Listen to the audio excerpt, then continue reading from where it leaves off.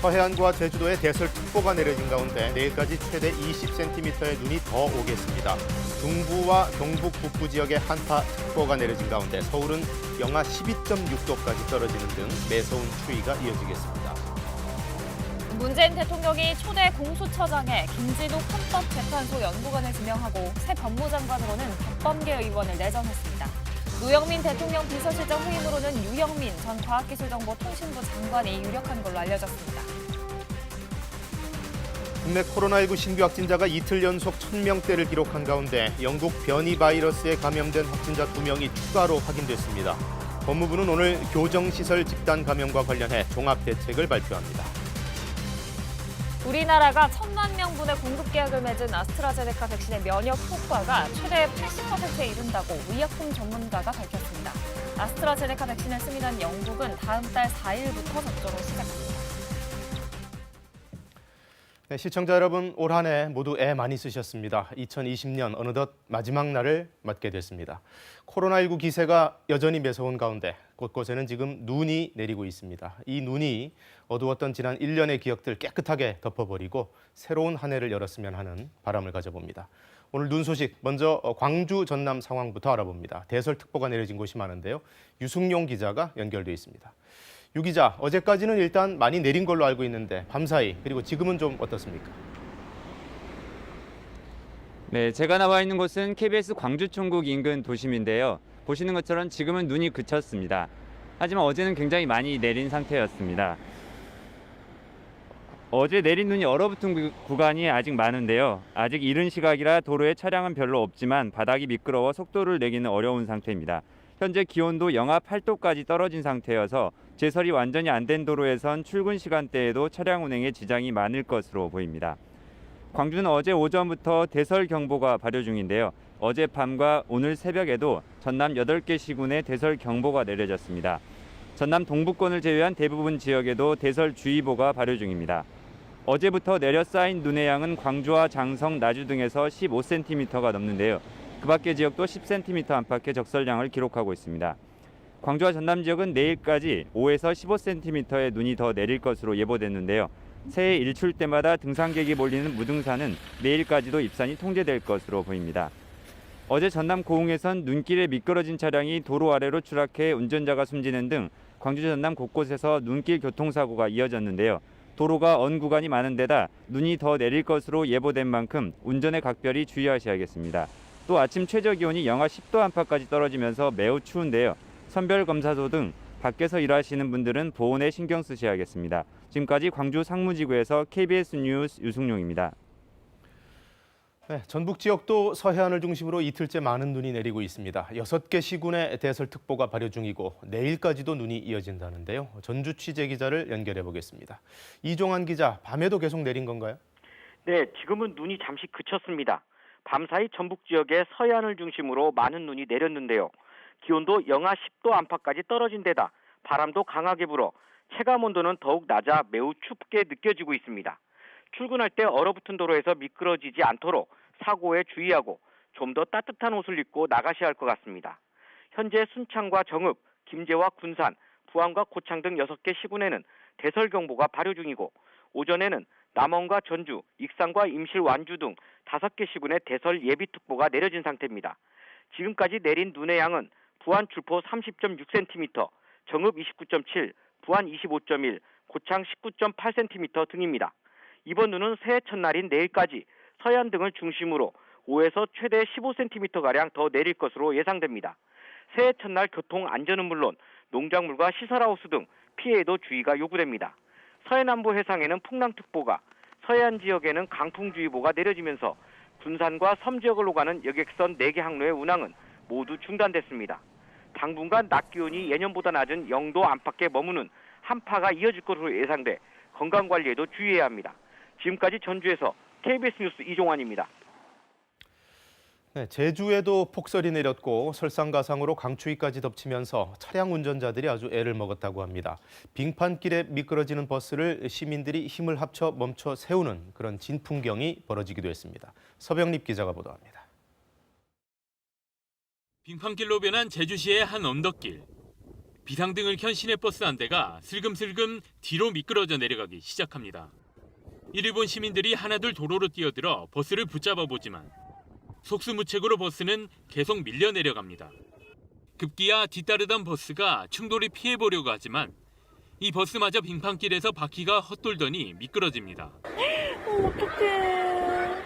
위기의 순간 길을 걷던 시민은 물론 버스를 타고 있던 승객들까지 급하게 도로로 내려와 버스를 붙잡습니다. 밀고 당기고 그제서야 멈춰서는 버스. 시민들의 몸을 사리지 않은 용기가 빙판길 교통사고를 막았습니다. 사고를 피한 버스는 이후 제설 작업으로 도로를 정비한 후 안전하게 운행을 재개한 것으로 전해졌습니다. 제주시의 또 다른 도로. 차량들이 비상등을 켠 채로 멈춰섰습니다. 멈춰선 차량 사이를 버스 한 대가 경적을 울리며 위태롭게 지나갑니다. 사람들이 밀고 운전자가 페달을 밟아보지만 아이스링크로 변한 도로 위에서 바퀴는 방향을 잃은 채 헛돌기만 할 뿐입니다. 폭설에 강추위까지 사람도 차량도 힘겨운 하루였습니다. KBS 뉴스 서병립입니다. 네, 오늘도 옷 든든하게 입으셔야겠습니다. 눈도 눈이지만 어제보다 기온이 더 떨어진다는데요. 전국적인 날씨 상황은 기상센터 연결해서 알아보겠습니다. 베이지 캐스터, 영하 20도 얘기도 들리던데요. 네, 정말 매서운 세미 한파가 이어지고 있습니다. 지금 중부와 경북 지역을 중심으로 한파특보가 내려져 있는데요. 오늘 아침 철원 임남면은 영하 23.3도까지 떨어졌고 파주도 영하 15.2도, 서울도 영하 12.9도로 어제 아침보다 기온이 더 낮습니다. 지금 서울은 바람이 더 강하게 불면서 체감온도가 영하 17.7도까지 떨어져 있습니다. 기온 자체도 낮지만 몸으로 느끼는 추위는 더 춥기 때문에 나가실 때 따뜻하게 챙겨 입으셔야겠습니다. 새해 첫날인 내일 아침도 영하 8도 안팎의 추위는 계속되겠고요. 낮에 잠시 기온이 오르겠습니다. 그래도 이후에는 평년 기온을 밑도는 강추위는 계속될 것으로 예상됩니다. 지금 서해상으로는 강한 눈구름대가 발달해 있는데요. 이 눈구름대가 오늘 서풍을 타고 유입되면서 충청과 호남 지역에는 더 많은 눈이 내릴 것으로 예상됩니다. 어제부터 지금까지 부안 줄포면에는 29.7cm의 폭설이 쏟아졌고요. 정읍과 울릉도에도 30cm에 가까운 많은 눈이 내렸습니다. 지금 호남 지역을 중심으로는 대설특보가 내려진 가운데 내일 오전까지 호남 지역에는 최고 15cm, 충청 지역에는 최고 8cm의 눈이 예상되고요. 울릉도와 독도, 제주 산지에는 20cm가 넘는 눈이 내릴 것으로 예상됩니다. 지금까지 기상센터에서 전해드렸습니다. 다음 소식입니다. 제주 해상에서 전복된 명민호 실종 선원 7명에 대한 수색 작업이 계속되고 있습니다. 사고 해역의 높은 파도와 강풍으로 수색 작업이 난항을 겪고 있는데요. 취재기자 연결해서 자세히 들어봅니다. 민소영 기자, 밤사이 새로 들어온 소식 있습니까? 아직 실종자 수색과 관련해 진전된 내용은 전해지지 않고 있습니다. 해경과 해군은 어제 저녁부터 함선 6척을 투입해 밤샘 수색을 진행하고 있습니다. 해경과 해군은 야간 수색에 항공기 4대를 추가 투입할 예정이었지만 여전히 제주 전 해상에 풍랑특보가 발효 중인 데다 제주도 육상과 해상에 강풍주의보까지 겹치면서 항공기와 조명탄 지원을 하지 못했다고 밝혔습니다. 해경은 다만 육상에서 인력을 투입해 해안가를 중심으로 실종자를 찾아 나섰지만 별다른 성과가 없는 상황입니다. 해경은 날이 밝린 대로 수색 인력을 추가해 실종자 수색에 속도를 낼 방침입니다. 하지만 여전히 제주 앞바다에 풍랑특보가 내려지며 3-4m의 높은 파도가 치고 바람도 강해 상황이 여의치는 않습니다. 제주시 한림 선적인 3위 명민호는 지난 29일 밤 9시 10분쯤 제주항 북쪽 1.3km 해상에서 뒤집힌 채 발견됐습니다. 이 배에는 한국인 선장과 선원 4명, 인도네시아 국적 선원 3명이 타고 있는 것으로 확인됐는데 해경은 사고 발생 직후 선원 7명 가운데 5명의 생존 신호를 확인했지만 기상 악화로 선내 진입에 어려움을 겪었고 배는 파도에 휩쓸려 표류하다 방파제에 부딪히며 파손됐고 선원 7명 모두 실종된 상태입니다. 지금까지 제주에서 KBS 뉴스 민소영입니다. 초대 공수처장 후보에 김진욱 헌법재판소 선임연구관이 지명됐습니다. 동시에 문재인 대통령은 개각도 단행했는데요. 법무부 장관의 박범계 의원을 내정했습니다. 노영민 비서실장 등 청와대 참모진들도 사의를 표명하면서 대규모 인적 쇄신이 이어졌습니다. 우수경 기자의 보도입니다. 문재인 대통령은 추미애 법무부 장관 후임으로 판사 출신의 민주당 3선 국회의원인 박범계 의원을 내정했습니다. 박 내정자는 참여정부에서 민정비서관 등을 지냈으며 사법개혁특위 간사 등을 역임했습니다. 검찰 법무개혁을 완결하고 인권과 민생 중심의 공정한 사회 구현을 실현시켜 나갈 것으로 기대합니다. 환경부 장관에는 역시 민주당 한정혜 의원이 발탁됐습니다. 당 정책위 의장인 한 내정자는 국회 환경노동위원회 간사 등으로 활동했습니다. 국가보훈처장엔 아덴만 구출작전으로 익숙한 황기철 전 해군참모총장이 내정됐습니다. 앞서 문 대통령은 초대 공수처장 후보도 지명했습니다. 추천된 2명의 후보 가운데 김진욱 헌법재판소 선임연구관을 선택했습니다. 판사 출신의 김 연구관은 김앤장 법률사무소를 거쳤고 지난 99년 조폐공사 파업 유도 사건 특검팀에서도 활동했습니다. 청와대는 내년 1월 공수처 출범을 위해 속도를 강조했습니다. 법률이 정한 바대로 국회 인사청문회가 원만하게 개최되어 공수처가 조속히 출범될 수 있도록 국회에 협조를 요청드린다고 말했습니다. 청와대 참모진의 사의 표명도 있었습니다. 노영민 대통령 비서실장과 김상조 정책실장 그리고 김종호 민정수석입니다. 이에 대해 문 대통령은 숙고하겠다고 말한 것으로 알려졌습니다. 청와대는 참모들의 사의는 대통령이 국정을 일신하고 백지 위에서 국정 운영을 구상할 수 있도록 하기 위함이라고 설명했습니다. KBS 뉴스 우수경입니다. 이 노영민 대통령 비서실장의 뒤를 이을 새 비서실장으로는 유영민 전 과학기술정보통신부 장관이 유력한 걸로 알려졌습니다. 청와대는 이르면 오늘 이를 공식 발표할 것으로 보입니다. 복수의 여권 관계자는 KBS와의 통화에서 유 장관의 경우 사실상 내정된 단계로 알고 있고 오늘 발표하는 걸로 예상한다고 분위기를 전했습니다. 서울 동부구치소의 집단 감염은 누적 확진자가 이제 800명에 육박하고 있습니다. 게다가 오늘 중으로 4차 전수검사 결과가 또 나오기 때문에 이 숫자가 확 늘어날 가능성도 있습니다. 법무부는 이런 교정시설에 대한 추가 방역 대책을 오늘 발표합니다. 김민철 기자가 보도합니다. 법무부는 오늘 오전 정부 서울청사에서 이용구 차관 주재로 브리핑을 열고 교정시설에서의 코로나19 집단 감염 사태와 관련해 종합 대책을 발표합니다. 이 자리에선 서울 동부구치소 등 교정시설 내 코로나19 확진자 현황과 대응 경과, 조치 계획 등이 공개될 예정입니다. 어제 오전 0시 기준 전국 교정시설 내 확진자는 837명으로 전날보다 37명 늘었습니다. 늘어난 확진자 가운데 35명이 동부구치소 관련 확진자입니다. 동부구치소는 어제 이전 전수검사에서 음성 판정을 받은 직원과 수용자 1,800여 명을 대상으로 4차 전수검사를 실시했는데 결과는 오늘 중 나올 것으로 보입니다. 4차 전수검사에서도 추가 확진자가 나올 경우 법무부의 방역관리에 문제가 있었던 것 아니냐는 논란은 더 커질 것으로 보입니다. 동부구치소 수용자들은 외부에 보낸 편지에서 구치소 측이 지난 19일 밤 자고 있던 수용자들을 갑자기 깨워 방을 옮기게 하면서 다른 방 사람들과 섞였다고 전했습니다.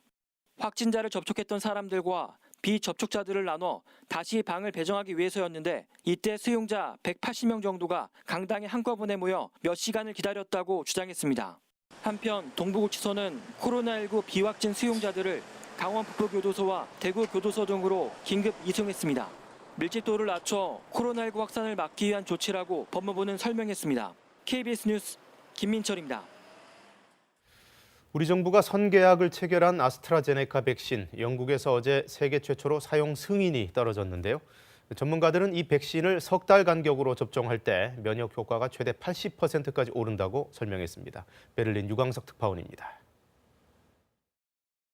영국 정부가 세계 최초로 아스트라제네카 백신 사용을 승인한 뒤 전문가들과 함께 기자회견을 열었습니다. 인체용 약품 전문가인 피르 모하메드 경은 백신 접종 1회분과 2회분 사이에 3개월 간격을 둘 때 면역 효과가 최대 80%까지 올라갔다고 말했습니다. It is important to note that the vaccine does not protect immediately. You have to wait until day 22 before you get partial immunity after the first dose. 피르 모하메드 경은 백신이 노령층에도 효과를 보인다고 밝혔습니다. 또 변이 바이러스가 백신을 쓸모없게 한다는 데이터는 현재 없다고 설명했습니다. 영국 정부는 어제 의약품 규제청의 권고를 받아들여 아스트라제네카 백신의 긴급 사용을 승인했습니다. 철저한 임상시험과 완전한 데이터 분석을 통해 백신이 기준을 충족한다는 결론을 내렸다고 영국 정부는 설명했습니다. We have 100 million doses on order. The rollout will start on the 4th of January and will really accelerate into in the first few weeks of next year. 아스트라제네카 백신의 평균 면역 효과는 70.4%로 화이자나 모더나 백신보다는 낮지만 가격이 저렴하고 보관과 유통이 편리한 장점을 갖고 있습니다. 한국 정부는 아스트라제네카와 1,000만 명분의 백신 공급 계약을 맺었습니다. 베를린에서 KBS 뉴스 유광석입니다. 국내 코로나19 소식 알아보죠. 영국 변이 바이러스에 감염된 확진자 2명이 국내에서 추가로 확인됐습니다. 정부는 연말연시에 확진자가 급증할 가능성이 있다면서 이번 주말쯤 방역 단계 재검토를 시사하기도 했는데요. 취재기자 연결해서 자세히 들어보겠습니다. 문예슬 기자, 어제 신규 확진자는 몇 명이 나왔습니까?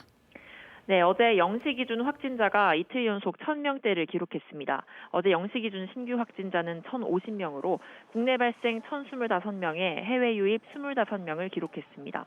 국내 발생을 지역별로 보면 서울이 383명, 경기도 274명, 인천 48명이었고 수도권 외 지역에선 대구 49명, 충북 45명, 부산 38명 순으로 많았습니다. 사망자는 20명이 늘어 누적 사망자는 879명이 됐습니다. 서울 중랑구 종교시설에서 43명이 추가 확진됐고 울산 선교단체와 관련해 11명이 추가 확진되는 등 종교시설 관련 확진이 꾸준히 발생하고 있습니다.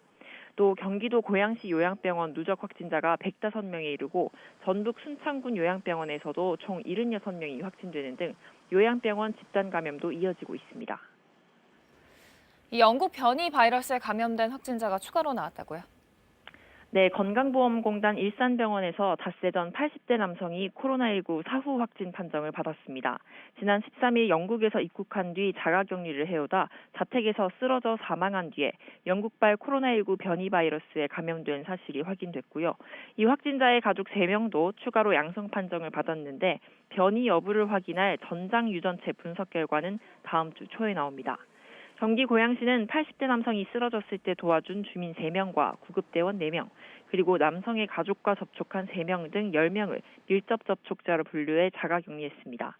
영국에서 아랍에미리트를 거쳐 지난 24일 입국한 20대 여성도 변이 바이러스 감염이 확인됐습니다. 이 여성은 입국 검역에서 확진 판정을 받아 현재 생활치료센터에서 격리 중입니다. 이로써 이틀 전 감염이 확인된 3명을 포함해 영국발 변이 바이러스에 감염된 확진자는 모두 5명이 됐습니다. 이 가운데 또 연말연시 확진자가 급증하지는 않을까 정부가 우려의 목소리를 냈죠. 그렇습니다. 정세균 국무총리가 어제 중앙재난안전대책본부 회의에서 이렇게 말했습니다. 최근 집단 감염이 계속되는 가운데 연말연시 모임까지 증가하면 확진자가 급증할 가능성이 충분하다는 겁니다. 정 총리는 이번 유행이 국내 방역의 최대 고비라면서 심도 있게 논의해 대안을 마련해달라고 주문했는데요. 이번 주말로 연말연시 특별 방역기간과 사회적 거리두기 단계가 끝나는 만큼 후속 대책이 주말까지는 논의될 것으로 보입니다. 지금까지 사회부에서 전해드렸습니다. 환자들이 갇혀 죽어가고 있다는 이 서울 구로구 요양병원 의사의 안타까운 호소 이틀 전에 전해드렸는데요. 확진자가 190명이 넘으면서 정부가 뒤늦게 남은 확진자를 다른 병원으로 옮기고 의료진도 추가로 투입하는 내용의 대책을 내놨습니다. 석혜원 기자가 보도합니다. 쓰레기가 쌓여있던 요양병원 내부. 거동이 불편한 노인 환자는 홀로 남아 있습니다. 간호사와 의료진마저 극한 상황에 내몰리자 이 병원 의사는 현 상황을 일본 유람선 상황에 비유했습니다. 저희 병원도 사망자가 이제 곧 있으면 10명대에 이르고 유람선 상황하고 비슷하지 않나요? 확진자는 191명까지 늘어난 상황. 아직까지 내부엔 30명 넘는 확진자가 남아 있습니다. 정부가 이 확진자들을 다른 병원으로 옮기고 남아있는 환자 치료를 위해 의료 인력 34명을 지원하기로 했습니다. 어제 하루만 18명의 환자가 다른 병원으로 옮겨져 일단 한숨을 돌렸습니다. 병원 내용에 대해서 언론사분들이 관심을 가져주시고 또 거기에 대해 보답해서 방역 당국에서 노력해 주셔서 이렇게 많은 환자분들이 이게 배송된 거에 대해서 너무 감사합니다. 하지만 병원에는 잠복기일 수 있어 다른 병원으로 옮길 수 없는 환자 90여 명이 더 남아 있습니다. 간병인들이 모두 나간 상태여서 여전히 의료진의 부담이 큽니다. 간호 인력의 피로도가 사실 간병 업무를 담당함으로써 꽤 크기 때문에 그들의 피로도를 해소하려면은 좀 더 많은 인력이 필요할 것 같고. 특히 이들 중에는 신장 투석을 받아야 하는 등 중환자들이 많습니다. 원망스럽고 너무 늦은 감이 없지 않아 있지만 그래도 지금이라도 이렇게 투입을 해준다니까 좀 너무 고맙고 방역 대책을 할 때에는 양성 환자만이 아니고 음성 환자까지 구제할 수 있고 도움을 줄 수 있는 요양병원 등에서 집단 감염이 일어났을 때 초동 대응이 미흡하다는 지적이 일자 정부는 긴급 현장 대응팀도 운영하기로 했습니다. KBS 뉴스 석혜원입니다. 이재용 삼성전자 부회장이 어제 파기환송심 마지막 재판에서 징역 9년을 구형받았습니다.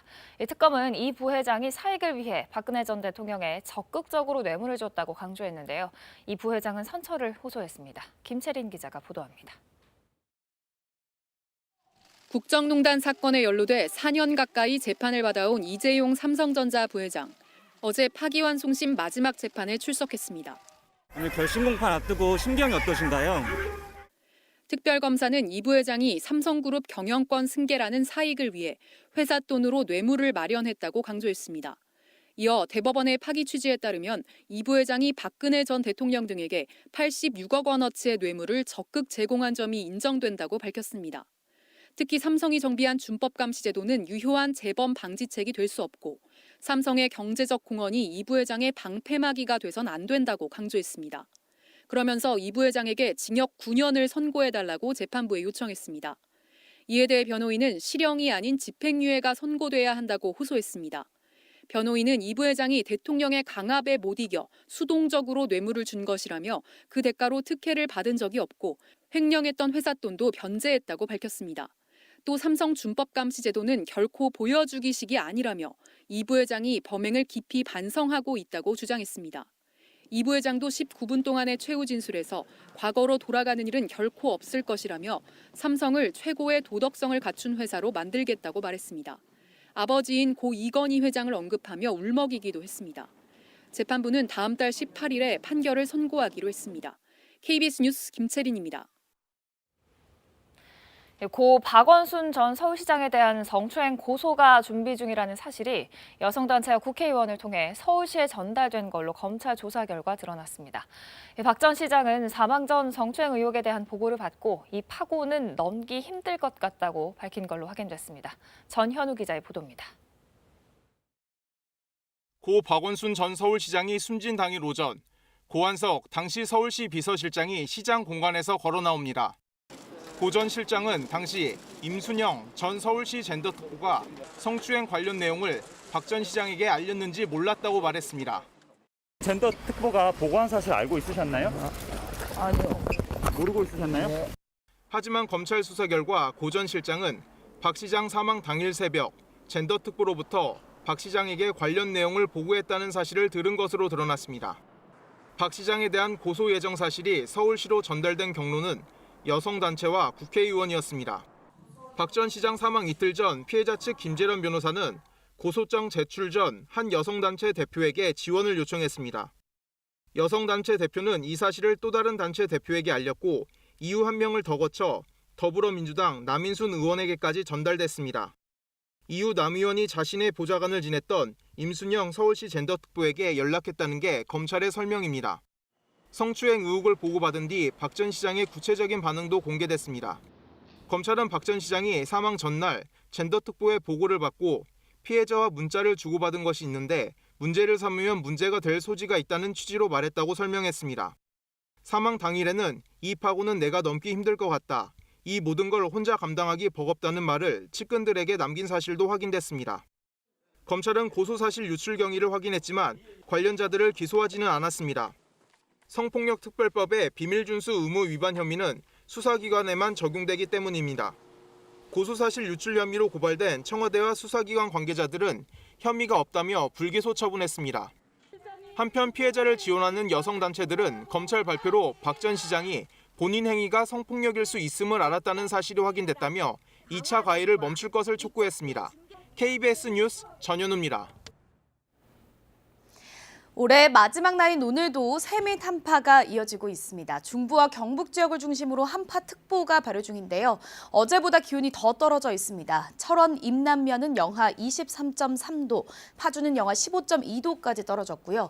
대전도 영하 13.1도까지 기온이 내려갔습니다. 서울도 영하 12.9도로 어제보다 기온이 낮고요. 체감온도는 영하 17.7도까지 떨어져 있습니다. 따뜻하게 챙겨 입으셔야겠습니다. 이 추위는 좀처럼 풀릴 기미가 보이지 않습니다. 당분간 평년 기온을 밑도는 추위는 계속될 것으로 예상됩니다. 서해상에서 이렇게 눈구름대가 발달해 있는데요. 서풍을 타고 눈구름대가 더 내륙 지역으로 유입될 것으로 예상됩니다. 어제부터 지금까지 부안 줄포면에는 30cm에 가까운 많은 눈이 쏟아졌고 정읍과 울릉도, 광주에도 폭설이 쏟아졌습니다. 앞으로도 호남 지역과 충청 지역을 중심으로 많은 눈이 예보되어 있습니다. 내일 오전까지 호남 지역에는 최고 15cm, 충청에는 최고 8cm의 눈이 내리겠고요. 울릉도와 독도, 제주 산지에도 20cm가 넘는 눈이 내릴 것으로 예상됩니다. 해안 지역으로는 강한 바람이 불면서 강풍주의보가 발효 중입니다. 현재 기온 살펴보겠습니다. 어제 아침보다 2도에서 4도가량 기온이 더 낮습니다. 서울이 영하 12.7도, 강릉 영하 9.3도, 남부지방도 영하 10도 안팎의 기온을 보이고 있습니다. 한낮에도 기온은 크게 오르지 못하겠는데요. 서울이 영하 3도, 철원 영하 5도 예상되고 광주와 대구는 1도에 머물겠습니다. 바다의 물결은 모든 해상에 풍랑특보가 내려진 가운데 최고 4에서 6m까지 거세게 일겠습니다. 날씨 정보 전해드렸습니다. 문재인 대통령이 추미애 법무장관의 사표를 수리하고 판사 출신의 박범계 민주당 의원을 후임으로 내정했습니다. 이 박범계 내정자는 윤석열 검찰총장과는 사법고시 동기이기도 한데요. 검찰개혁은 추진하되 경청과 안정적 협조 관계가 중요하다고 강조했습니다. 손서영 기자가 보도합니다. 지난 2003년 검사와의 대화 당시 노무현 전 대통령은 검찰 개혁을 호소하며 두 사람을 가리켰습니다. 문재인 민정수석 일어서 보세요. 저 박범계 비서관 한번 서보세요. 외부 인사라고 한다면 저 사람들이 외부 인사입니다.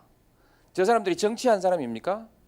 법무장관 내정 발표 뒤 박범계 의원의 일성은 검찰개혁 완수였습니다. 2003년부터 지금까지 노무현 대통령님이 계셨고 문재인 대통령님이 계십니다. 그 속에서 답을 구하겠습니다. 우선 내년 1일부터 시행될 검경 수사권 조정을 안착시키는 데 주력할 것으로 보입니다. 민주당이 추진하는 검찰개혁 2단계를 정부 입장에서 조율하는 역할도 해야 합니다. 현재 민주당은 검찰의 수사권과 기소권을 분리하는 것 외에도 검찰총장의 지휘권, 검사 임용제도, 대검의 정보수집 기능 등 검찰 전반을 바꾸겠다는 의지를 보이고 있습니다. 내년 2월에 법안을 내고 상반기 안에는 검찰개혁 2단계를 완료하겠다고도 밝혔습니다. 이를 조율할 박 의원이 사시동기인 윤석열 총장과 관계를 어떻게 가져갈지가 관심입니다. 윤석열 정의는 어려움이 느낄 때 선택적 정의라고 생각합니다. 그것도 선택적 의심 아니십니까? 과거에는 안 그러셨지 않습니까? 앞으로 윤 총장과의 관계를 묻자 박 의원은 안정적 협조 관계라는 표현을 썼습니다. 안정적인 협조 관계가 되어야 하고 그것을 통해서 검찰개혁을 이루라고 말씀하셨습니다. 그것이 저에게 준 지침이로 당장 다음 달로 예정된 검찰 정기 인사가 두 사람 사이의 관계를 가늠할 수 있는 계기가 될 것으로 보입니다. KBS 뉴스 손서영입니다. 네, 코로나19 영국 변이 바이러스에 감염된 사람이 국내에서 2명 더 나왔습니다. 그 가족들도 변이 여부까지는 아직 모르지만 코로나19 확진 판정을 받은 상태고 그 전에 다중이용시설을 방문한 이력도 확인이 돼서 지역사회 전파 우려가 커졌습니다. 지영철 기자입니다. 영국에서 입국한 뒤 지난 26일 자택 앞에서 쓰러진 80대 남성. 병원에서 사망 후 확진 판정을 받았는데 유전자 분석 결과 영국 변이 바이러스로 확인됐습니다. 영국에서 입국해 함께 머물렀던 가족 3명도 잇따라 확진 판정을 받았습니다. 변이 바이러스에 감염됐는지는 검사가 진행 중입니다. 숨진 남성과 지난 13일 같은 비행기로 들어온 부인과 딸은 자가격리 중이라 이동이 없었습니다. 지난달 8일 먼저 입국해 음성 판정을 받았던 사위는 자가격리가 해제된 뒤 일산의 병원과 미용실, 마트를 방문했습니다. 이때 3명과 밀접 접촉했습니다. 이후 가족들의 감염으로 다시 받은 검사에서 확진 판정을 받았습니다. 방역당국은 사위가 가족으로부터 감염됐을 가능성이 높은데 이럴 경우 같은 바이러스일 거라고 설명했습니다. 숨진 남성을 이송하는 과정에선 주민과 구급대원 등 7명이 접촉했습니다. 남자분이 심폐소생술을 하고 계셨어요. 두 분은 마스크 쓰고 계셨고, 마스크는 안 쓰고 누워 계셨고, 보호복 입으신 119 대원들이 오셨어요. 자가격리 분이라고 말씀하셨었고. 방역당국이 가장 우려하고 있는 건 지역사회 전파입니다. 이를 막기 위해 숨진 남성 그리고 사위와 접촉한 사람들을 집중 관리하고 있습니다. 현재까지 이들 중에 확진자는 나오지 않았습니다. 20대 여성 1명도 변이 바이러스 감염이 확인되면서 영국 변이 바이러스의 국내 감염자는 모두 5명이 됐습니다. 이 여성은 영국을 떠나 두바이를 거쳐 입국했는데 경유 항공편의 허점도 지적됐습니다. 방역당국은 항공권을 연계해 끊으면 경유를 확인할 수 있지만 따로 끊으면 현실적으로 파악이 어렵다면서 이를 대비해 입국자들이 3주간 다녀온 국가를 기록하게 한다고 설명했습니다. KBS 뉴스 지형철입니다. 주한미군이 들여온 코로나19 백신, 우리 카투사 장병들도 맞을 수 있도록 정부가 허가를 내줬습니다. 조만간 한국인 군무원들까지도 접종이 시작될 것으로 보입니다. 신선민 기자입니다. 우리 정부가 주한미군 안에 있는 한국인들에 대한 코로나 백신 접종이 가능하다고 미군 측에 통보했습니다. 다만 본인이 희망할 경우라고 전제 조건을 달았고 향후 이력 관리가 가능하게 접종자 명단을 제공해달라고 미군에 요청했습니다. 미국 보건부를 통한 피해 보상 제기도 가능하도록 미군과 협의했다고 국방부는 밝혔습니다. 우리 입장을 통보하였기 때문에 주한미군 자체 계획에 따라 접종이 이루어질 것으로 판단됩니다. 이에 따라 카투사 병사 2,500여 명과 한국인 군무원 9,000여 명 등이 조만간 백신을 맞을 수 있을 것으로 보입니다. 주한미군 관계자는 자발적 의사를 밝히는 해당자에 대해 수일 내에 접종할 것이며 현재 희망자를 접수받는 단계라고 전했습니다. 주한미군은 그제부터 평택과 오산, 군산 등 3개 기지에서 모더나 백신 접종을 시작했는데 의료진과 군 지휘부 등을 1차 접종 대상으로 정했습니다. 따라서 한국인 중엔 평택기지 브라이언 올굿병원에서 일하는 의료진 군무원과 40여 명의 카투사 의무행정병들이 먼저 맞을 것으로 관측됩니다. 이들이 접종을 받는다면 국내에서 백신을 맞는 첫 한국인이 됩니다. 미군은 카투사 외에 한미연합사의 한국 측 인원 등으로 접종 대상을 넓히는 방안도 검토 중입니다. KBS 뉴스 신선민입니다. 올 한 해 부동산 대책이 쏟아졌습니다만 해가 다 가도록 집값은 잡히지 않고 있습니다. 전세난에 아예 집을 사겠다는 수요가 큰데 매물은 여전히 부족한 게 현실인데요. 이지훈 기자가 현장 분위기를 좀 살펴봤습니다. 서울의 이 아파트는 전용 면적 84제곱미터가 지난달 11억 원 넘게 거래됐습니다. 역대 최고가입니다. 내년부터는 종부세와 양도세 등 세금 부담이 더 늘어나는데도 팔겠다는 물건은 잘 나오지 않고 있습니다. 다들 그냥 버티고 계시는 거죠. 안 움직이시는 거죠. 가격을 더 받아서 파신다기보다는 세금을 최대한 좀 이제 절세를 해가면서 파시려고 많이 하는 거죠. 종부세율 인상 등을 담은 70대책 당시 8만 건 안팎이었던 서울 아파트 매물은 현재 절반 수준으로 줄었습니다. 허위 매물 단속의 영향도 있지만 매도에 더 신중해진 겁니다. 이 아파트는 총 4,000세대가 넘는 대규모 단지입니다. 그런데 그중 가장 많은 전용 면적 59제곱미터가 매물이 10건도 안 됩니다. 이런 상황에서 최근 전세난까지 겹치면서 수요는 줄지 않고 있습니다. 9월부터 올라가기 시작한 주택 매매 소비 심리 지수는 지난달 140을 넘어 5년 7개월 만에 가장 높아졌습니다. 3개월째 보합세였던 강남 집값도 오름세로 돌아섰습니다. 7월 달에는 29억 7천까지 거래가 됐잖아요. 근데 최근에는 32억에서 조금 모자라는 금액으로 해가지고 월세 낀 것들이 거래가 됐으니까 전체적으로 다 조금씩 올라가고 있는 상황인 거죠. 대출 규제의 영향으로 현금이 부족한 실수요자들의 내 집 마련은 더 어려워졌습니다. 40%밖에 되지 않는 상황에서 언제 또 어떻게 어떤 방식으로 내 집 마련을 할 수 있을지에 대한 불안감은 점점 커질 거라고 좀 생각이 들고. 전국 시군구의 절반을 규제 지역으로 묶었지만 시장의 기싸움은 여전합니다.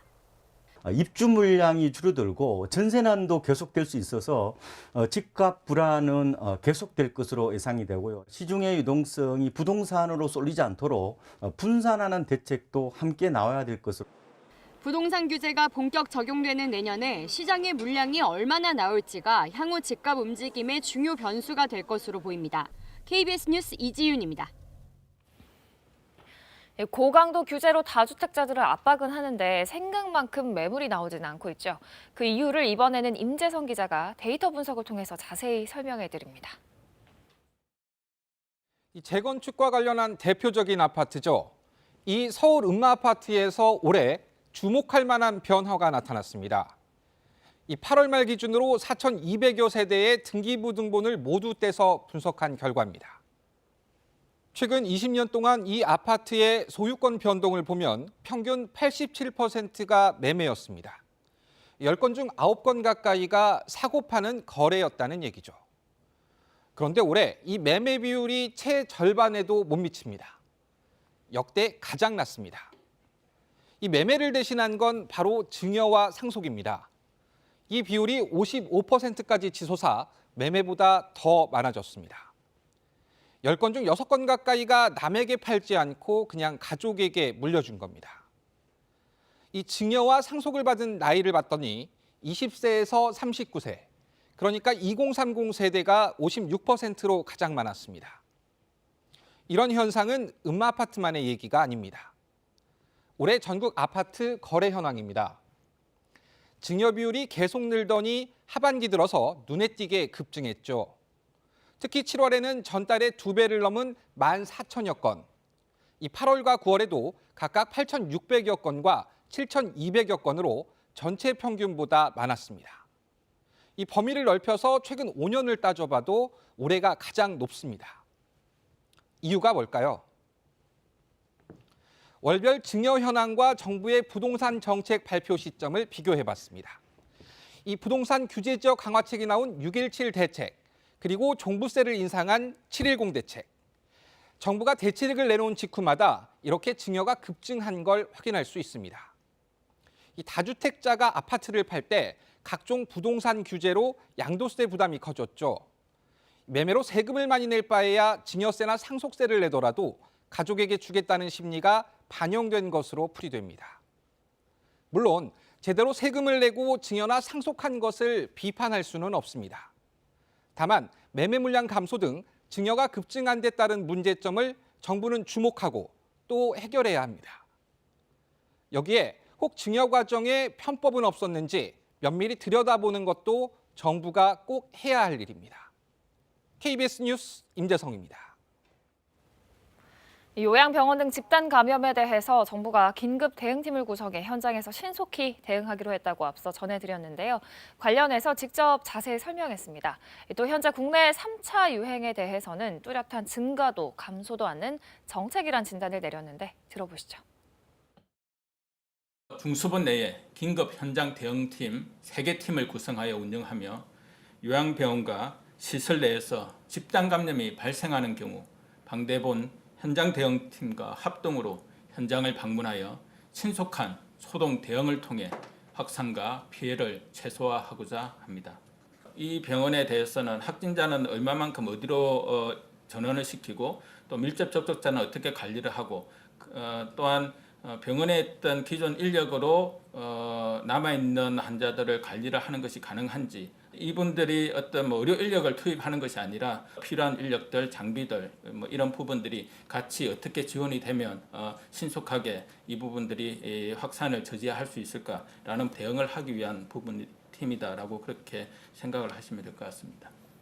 교정시설과 관련되어서는 근무자들에 대한 부분뿐만 아니라 신규로 입소하시는 분들에 대해서는 신속 항원 검사를 일단 하고 일정 기간을 거쳐서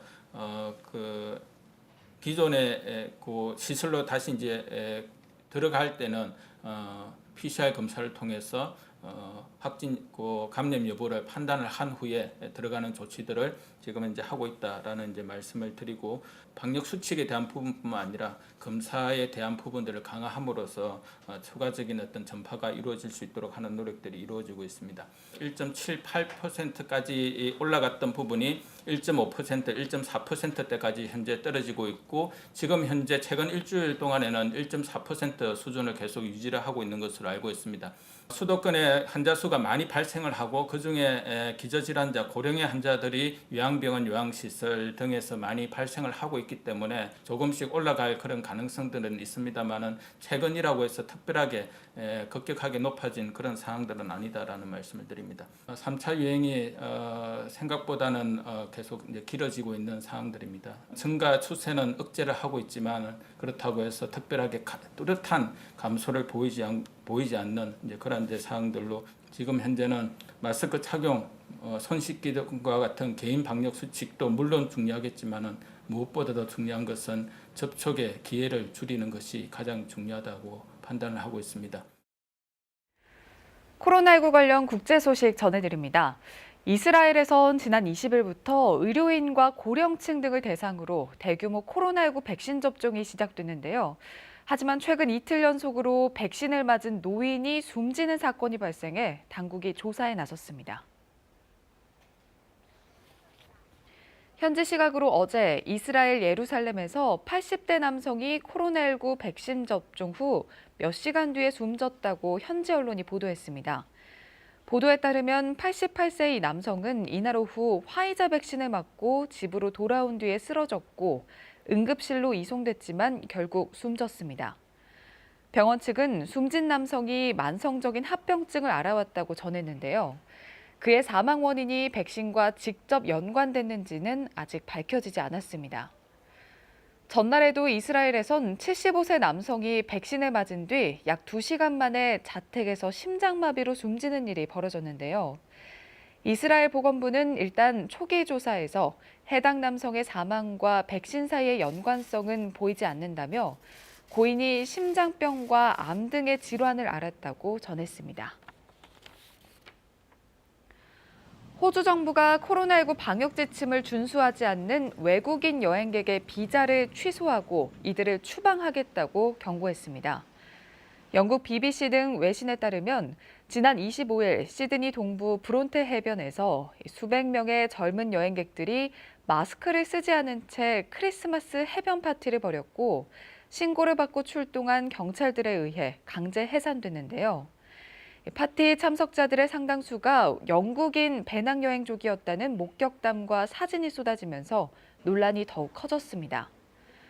더구나 시드니가 속한 뉴사우스 웨일즈주는 성탄절을 앞두고 영국 변이 바이러스 감염자까지 잇따라 발생하자 각종 모임과 신년 행사에 대한 방역 지침을 강화하던 중이었는데요. 이런 가운데 벌어진 영국 여행객들의 해변 파티 소식에 주 당국은 최근 젊은 여행객들이 유럽의 봉쇄 조치를 피해 한여름인 호주로 건너와 자유를 즐기려 한다며 이번 파티가 슈퍼 전파 행사가 될 수 있다며 우려를 드러냈고, 앨리스 호트 호주 이민장관은 방역 지침을 어긴 영국 배낭여행족과 외국인 여행객은 추방하겠다면서 현행 이민법상 공중보건과 공공안전을 위협하는 여행객의 비자를 취소할 수 있다고 강조했습니다. 코로나19 장기화에 따른 경영난 등의 이유로 영화관 같은 문화시설들이 잇따라 문을 닫고 있는데요. 필리핀에서는 사회적 거리 두기를 지키며 물 위에서 영화를 관람할 수 있는 이색 영화관이 문을 열었습니다. 띄엄띄엄 물 위에 떠 있는 곤돌라를 타고 사람들이 운하를 가로질러 서 있는 대형 스크린을 통해 영화를 감상합니다. 이곳은 필리핀 마닐라의 한 쇼핑몰에서 이달 초에 문을 연 곤돌라 영화관인데요. 코로나19 확산에 따른 당국의 방역 지침으로 전국 영화관이 폐쇄된 지 9개월 만에 등장한 이색 영화관입니다. 이탈리아 베네치아를 본떠 만든 쇼핑몰 구조를 활용해 대형 스크린을 설치했고 실내 운하 위에 곤돌라를 띄워서 관객석으로 활용했다고 하는데요. 이 영화관은 온라인 사전 예약으로만 이용할 수 있는데 곤돌라 한 대당 최대 2명까지만 탈 수 있고 영화 한 평당 최대 10명의 관객만 받는다고 합니다. 또 곤돌라의 간격을 항상 유지해서 사회적 거리 두기를 지키는데요. 쇼핑몰 측은 시민들에게 조금이나마 문화생활의 기회를 제공하고 코로나19 장기화로 어려움을 겪고 있는 영화업계 근로자들을 위해 이번 곤돌라 영화관을 열게 됐다고 밝혔습니다. 지금까지 코로나19 국제 소식이었습니다. 네, 코로나19 관련해서 국내 소식도 몇 가지 더 전해드리겠습니다. 첫 번째 키워드부터 보겠습니다. 네, 내년 상반기에 예산 63% 집행한다는 키워드입니다. 이 정부가 내년 재정의 60% 이상을 상반기에 집중합니다. 역대 최대 규모의 조기 집행입니다. 안일환 기획재정부 2차관은 어제 열린 제26차 재정관리 점검회의에서 고용유지지원금 등 일자리 예산을 1분기에 집중 투입할 계획이라며 이같이 말했습니다. 안 차관은 전날 발표된 9조 3천억 원 규모의 맞춤형 피해 지원 대책과 관련해서는 설 연휴 전까지 수혜 인원의 약 90%에게 지급할 수 있도록 준비에 만전을 기해달라고 담당 부처에 당부했습니다. 네, 두 번째 키워드 보겠습니다. 네, 집합 제한 업종에 최대 1,000만 원 대출한다는 내용인데요. 금융위원회가 새해부터 달라지는 금융제도 세부 내용을 발표했습니다. 우선 집합 제한 업종의 소상공인에게 최대 1,000만 원까지 대출이 가능하도록 했습니다. 총 대출 규모는 3조 원으로 대출 보증료율이 0.9% 인하되고 금리는 최대 3.99%로 낮아집니다. 다음 달 18일부터 소상공인 2차 금융지원 프로그램으로 적용되는데요. 지금까지 정책자금 프로그램 지원 대상에서 제외됐던 부동산업도 한시적으로 포함됩니다. 착한 임대인에게도 내년 6월까지 한시적으로 정책자금이 지원됩니다. 네, 세 번째 키워드입니다. 네, 코로나19로 TV 시청 시간 늘었다는 소식입니다. 코로나19로 집에 머무는 시간이 많아지면서 올해 TV 시청 시간이 지난해 대비 모든 연령대에서 증가했다는 조사 결과가 나왔습니다. 시청률 조사업체 TMS가 어제 전국 3,200가구 9,000명을 대상으로 조사한 결과 올해 전국 가구 일별 평균 TV 시청 시간은 9시간 3분으로 전년 대비 32분 증가했습니다. 개인별로는 지난해보다 37분 늘어난 4시간 50분으로 집계됐습니다. 시청 시간이 가장 많이 늘어난 연령대는 60대 이상으로 나타났고요. 이어 4에서 9세 어린이와 50대, 10대, 20대, 30대 순이었습니다. 네, 마지막 키워드 보겠습니다. 네, 코레일 정기 승차권 발매 절반 축소한다는 내용입니다. 한국철도공사 코레일이 코로나19의 확산을 막기 위해서 열차 내 거리 두기를 강화합니다. 코레일은 다음 달 5일부터 출근 시간대 객실 혼잡도를 낮추기 위해서 KTX의 자유석 객실을 현재 열차당 1칸에서 3칸에서 2에서 4칸으로 한 칸씩 더 늘립니다. 정기 승차권 이용객이 집중되는 출근 시간대 일부 무궁화호 열차는 자유석 객실을 신설해서 열차당 1칸에서 4칸까지 운영하게 됩니다. 또 동일 구간을 일정 기간 정기적으로 이용할 수 있는 정기 승차권의 하루 발매 매수는 50% 수준으로 줄이게 됩니다. 코레일은 다음 달 3일까지 정부의 특별 방역 기간 모든 열차 여행 상품을 중단하고 열차당 승차권 구매 수량도 4매로 제한하고 있습니다. 지금까지 코로나 Q&A였습니다. 뜨거웠던 올해 주식시장이 마지막 거래일인 어제까지 사상 최고치를 갈아치우며 3,000선을 이제 넘보고 있습니다. 코로나19 여파로 주가가 급락했던 지난 3월과 비교하면 배 정도나 오른 건데요. 그만큼 아래 위로 요동을 쳤던 올해 증시, 김진호 기자가 돌아봤습니다. 올해 마지막 거래일까지 주식시장의 화살표는 위로 향했습니다. 2,870선을 가뿐히 넘은 코스피는 역대 최고치로 마감됐습니다. 올 한 해 30%가량 올라 주요 20개국 가운데 상승률이 가장 높습니다. 코로나19 충격으로 올해 가장 낮게 떨어졌던 때와 비교하면 배에 가까이 오른 겁니다. 코스닥 지수도 45% 가까이 상승했습니다. 이른바 동학개미로 불리는 개인 투자자들이 시장에서 60조 원이 넘는 기록적인 순매수를 한 영향이 컸습니다. 1%대를 찾기가 오히려 어려워지고 있는 상황이거든요. 위험을 감수하더라도 적극적으로 수익률을 조금 추구해보겠다는 욕구들은 커질 수밖에 없어요. 여기에 반도체, 2차 전지 등을 중심으로 수출도 버텨주면서 외국인까지 다시 돌아왔습니다. 대표 주자인 삼성전자 주가는 45% 상승해 8만 원 벽을 뚫었고 LG화학은 160% 넘게 올랐습니다. 전문가들은 내년 증시를 대체로 긍정적으로 보면서도 대외 변수에 주목하고 있습니다.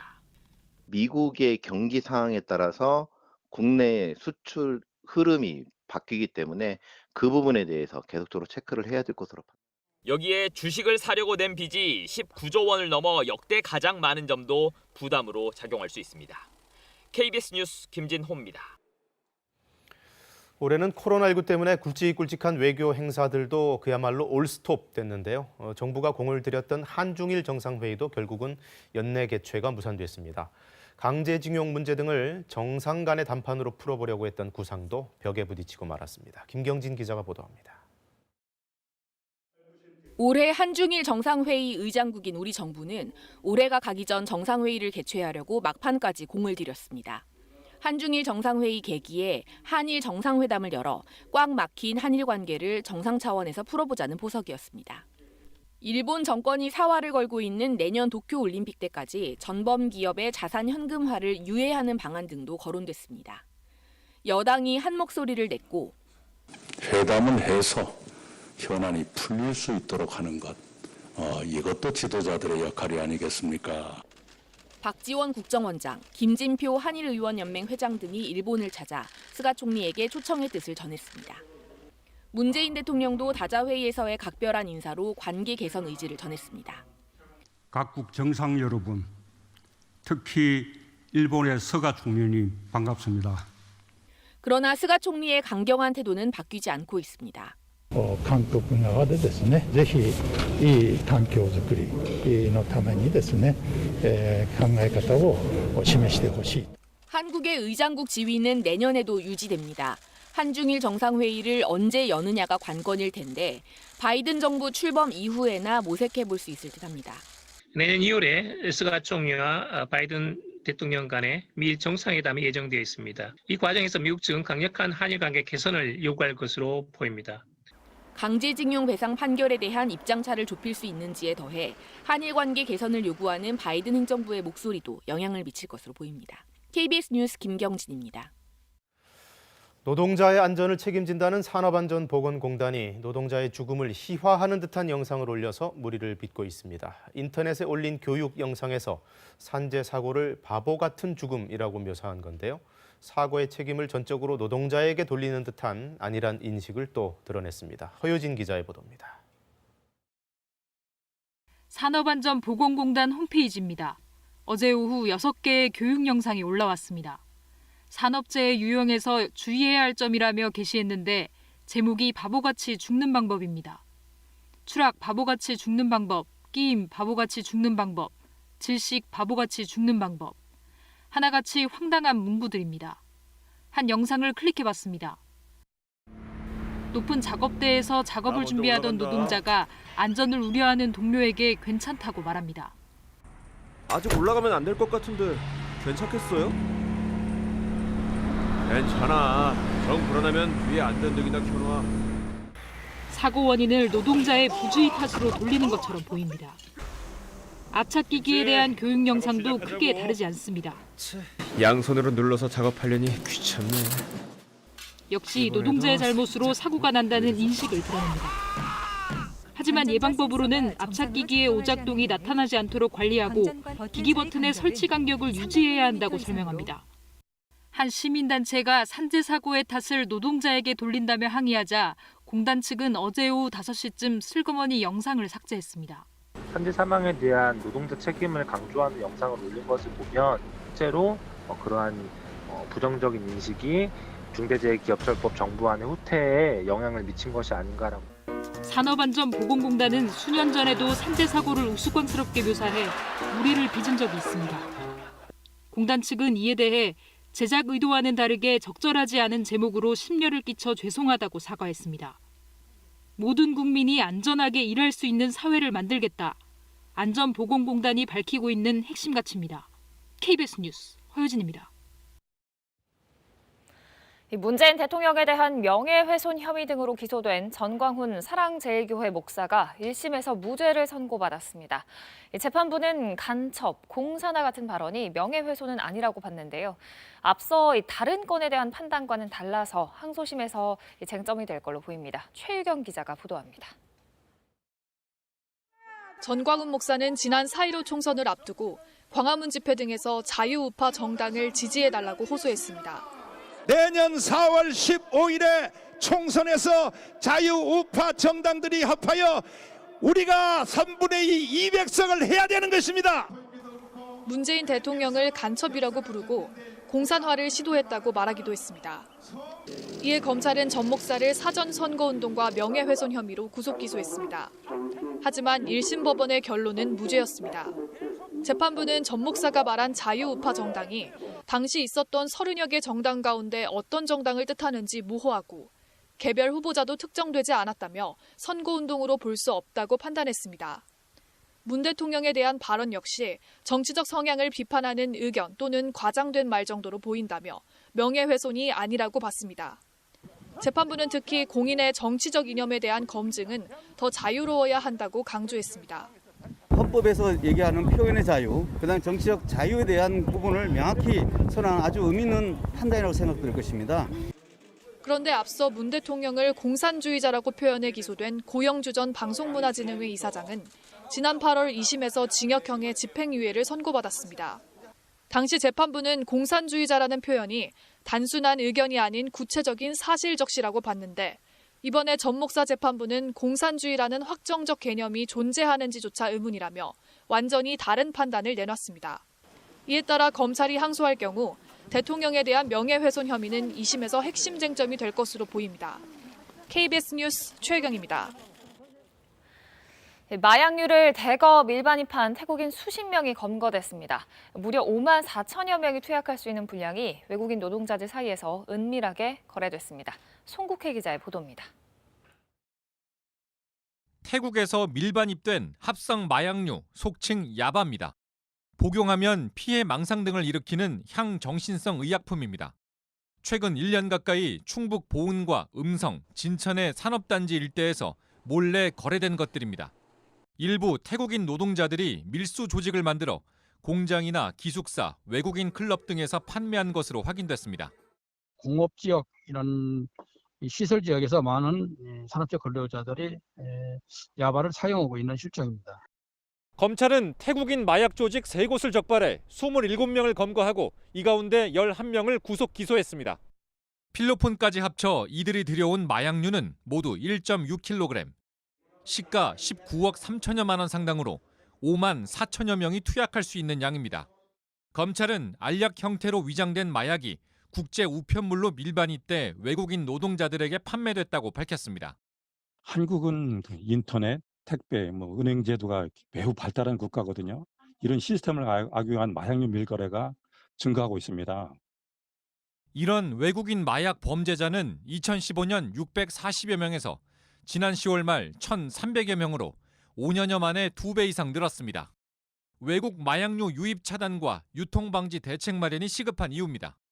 KBS 뉴스 송국혜입니다. 올해 마지막 주 개봉 영화 소식입니다. 베니스 영화제 수상작 추격 스릴러가 있고요. 또 영화 제목도 주연 배우도 차인표인 코믹 영화도 공개되는데요. 김지선 기자가 소개해드립니다.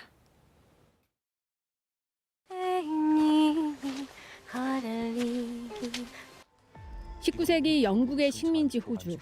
극악무도한 영국군 장교에게 남편과 아기를 모두 잃은 여성이 복수에 나섭니다. It's too dangerous. Sure you want to follow him?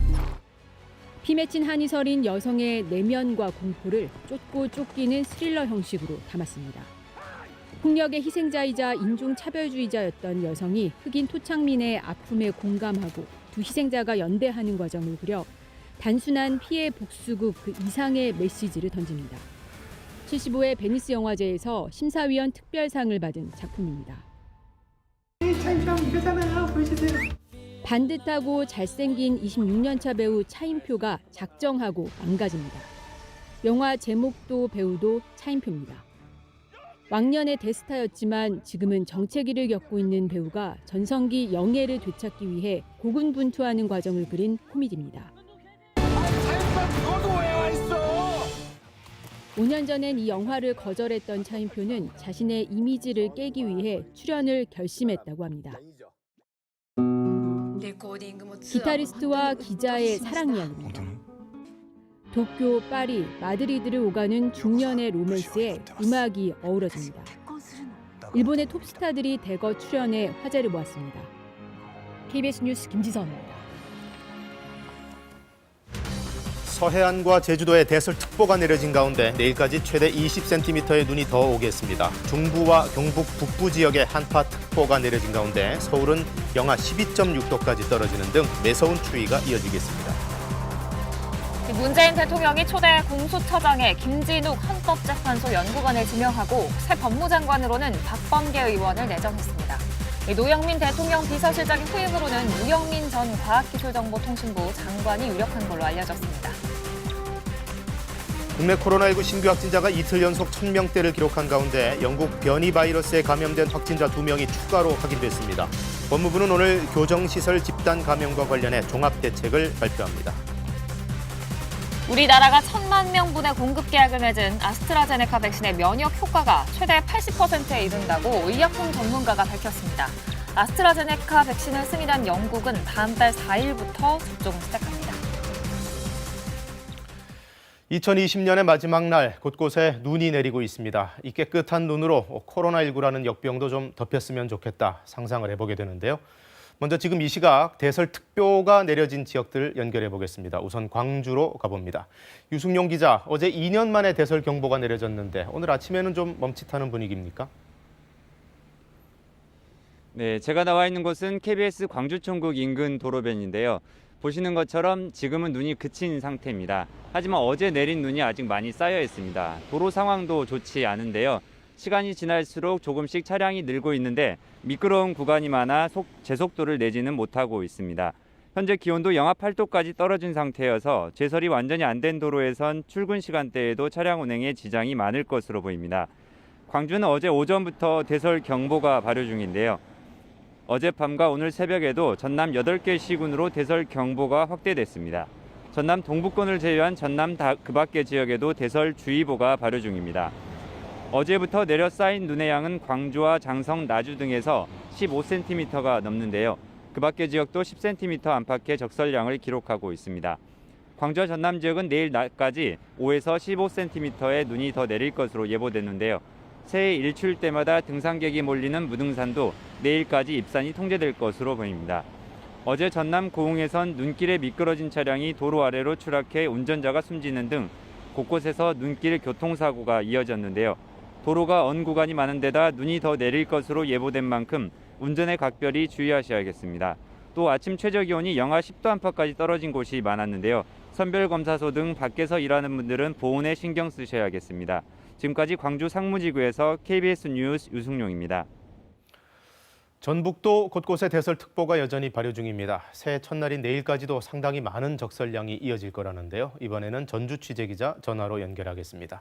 이종환 기자 상황 전해주시죠. 네, 지금은 눈이 잠시 그쳤습니다. 밤사이 전북 지역에 서해안을 중심으로 많은 눈이 내렸습니다. 기온도 영하 10도 안팎까지 떨어진 데다 바람도 강하게 불어 체감온도는 더욱 낮아 매우 춥게 느껴지고 있습니다. 출근할 때 얼어붙은 도로에서 미끄러지지 않도록 사고에 주의하고 좀 더 따뜻한 옷을 입고 나가셔야 할 것 같습니다. 현재 순창과 정읍, 김제와 군산, 부안과 고창 등 6개 시군에는 대설경보가 발효 중이고 오전에는 남원과 전주, 익산과 임실, 완주 등 5개 시군에 대설 예비특보가 내려진 상태입니다. 지금까지 내린 눈의 양은 부안 줄포 30.6cm, 정읍 29.7, 부안 25.1, 고창 19.8cm 등입니다. 이번 눈은 새해 첫날인 내일까지 서해안 등을 중심으로 5에서 최대 15cm가량 더 내릴 것으로 예상됩니다. 새해 첫날 교통 안전은 물론 농작물과 시설하우스 등 피해에도 주의가 요구됩니다. 서해 남부 해상에는 풍랑특보가, 서해안 지역에는 강풍주의보가 내려지면서 군산과 섬 지역을 오가는 여객선 4개 항로의 운항은 모두 중단됐습니다. 당분간 낮 기온이 예년보다 낮은 영도 안팎에 머무는 한파가 이어질 것으로 예상돼 건강관리에도 주의해야 합니다. 지금까지 전주에서 KBS 뉴스 이종환입니다. 제주도에도 많은 눈이 내렸는데 강추위까지 겹치면서 도로 곳곳이 빙판으로 변했습니다. 그 바람에 차량들이 엉금엉금 제대로 운행을 못하고 있는데요. 미끄러지는 버스를 시민들이 몸으로 막아 세우는 일까지 있었습니다. 서병립 기자가 보도합니다. 빙판길로 변한 제주시의 한 언덕길. 비상등을 켠 시내버스 한 대가 슬금슬금 뒤로 미끄러져 내려가기 시작합니다. 이를 본 시민들이 하나둘 도로로 뛰어들어 버스를 붙잡아 보지만 속수무책으로 버스는 계속 밀려 내려갑니다. 급기야 뒤따르던 버스가 충돌이 피해보려고 하지만 이 버스마저 빙판길에서 바퀴가 헛돌더니 미끄러집니다. 어떡해. 위기의 순간. 길을 걷던 시민은 물론 버스를 타고 있던 승객들까지 급하게 도로로 내려와 버스를 붙잡습니다. 밀고 당기고 그제서야 멈춰서는 버스. 시민들의 몸을 사리지 않은 용기가 빙판길 교통사고를 막았습니다. 사고를 피한 버스는 이후 제설 작업으로 도로를 정비한 후 안전하게 운행을 재개한 것으로 전해졌습니다. 제주시의 또 다른 도로. 차량들이 비상등을 켠 채로 멈춰섰습니다. 멈춰선 차량 사이를 버스 한 대가 경적을 울리며 위태롭게 지나갑니다. 사람들이 밀고 운전자가 페달을 밟아보지만 아이스링크로 변한 도로 위에서 바퀴는 방향을 잃을 채 헛돌기만 할 뿐입니다. 폭설에 강추위까지. 사람도 차량도 힘겨운 하루였습니다. KBS 뉴스 서병립입니다. 매서운 추위 속에 한 해 마지막 날을 맞고 있습니다. 이번에는 기상센터 연결해서 전국적인 날씨 상황 알아보겠습니다. 배혜지 캐스터, 오늘이 어제보다 더 춥다면서요? 네, 제가 어제 밖에서 날씨를 전해드릴 때 정말 추웠는데요. 같은 시각 어제보다 기온이 더 떨어져 있습니다. 지금 중부와 경북 지역을 중심으로는 한파특보가 발효 중이고요. 오늘 아침 강원 지역은 영하 20도 아래로 기온이 떨어진 곳이 있습니다. 철원 임남면은 영하 23.3도까지 떨어졌고 파주가 영하 16도, 대전 영하 13.2도, 서울도 영하 12.9도까지 떨어지면서 어제보다 날이 더 춥습니다. 지금 서울은 체감온도가 영하 17.7도까지 떨어져 있으니까요. 나가실 때 따뜻하게 챙겨 입으셔야겠습니다. 이 추위의 기세는 좀처럼 누그러질지를 모르겠습니다. 당분간 계속해서 강추위가 이어지니까요. 건강관리 잘 해주셔야겠습니다. 북서쪽에서 계속해서 찬바람이 밀려들면서 이렇게 해상으로는 눈구름이 발달해 있습니다. 특히 서해상에서 만들어진 눈구름대가 서풍을 타고 점차 내륙 지역으로 유입될 것으로 예상되는데요. 어제부터 지금까지 울릉도에는 32.6cm의 폭설이 쏟아졌고 부안과 정읍에도 30cm에 가까운 많은 눈이 내렸습니다. 앞으로도 충청과 호남 지역을 중심으로 많은 눈이 예보되어 있는데요.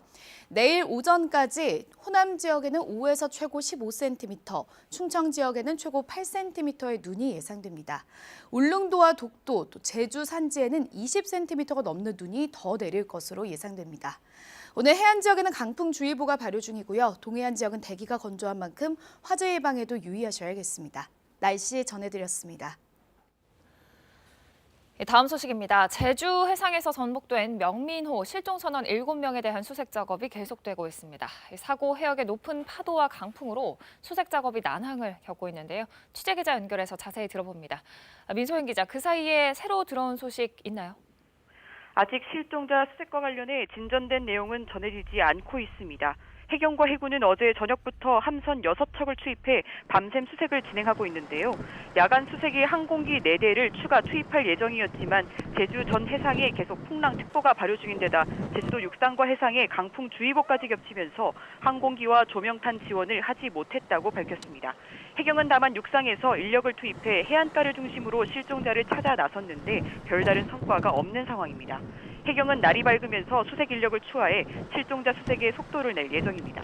하지만 여전히 제주 앞바다에 풍랑특보가 내려지며 3, 4m의 높은 파도가 치고 바람도 강해 상황이 여의치는 않습니다.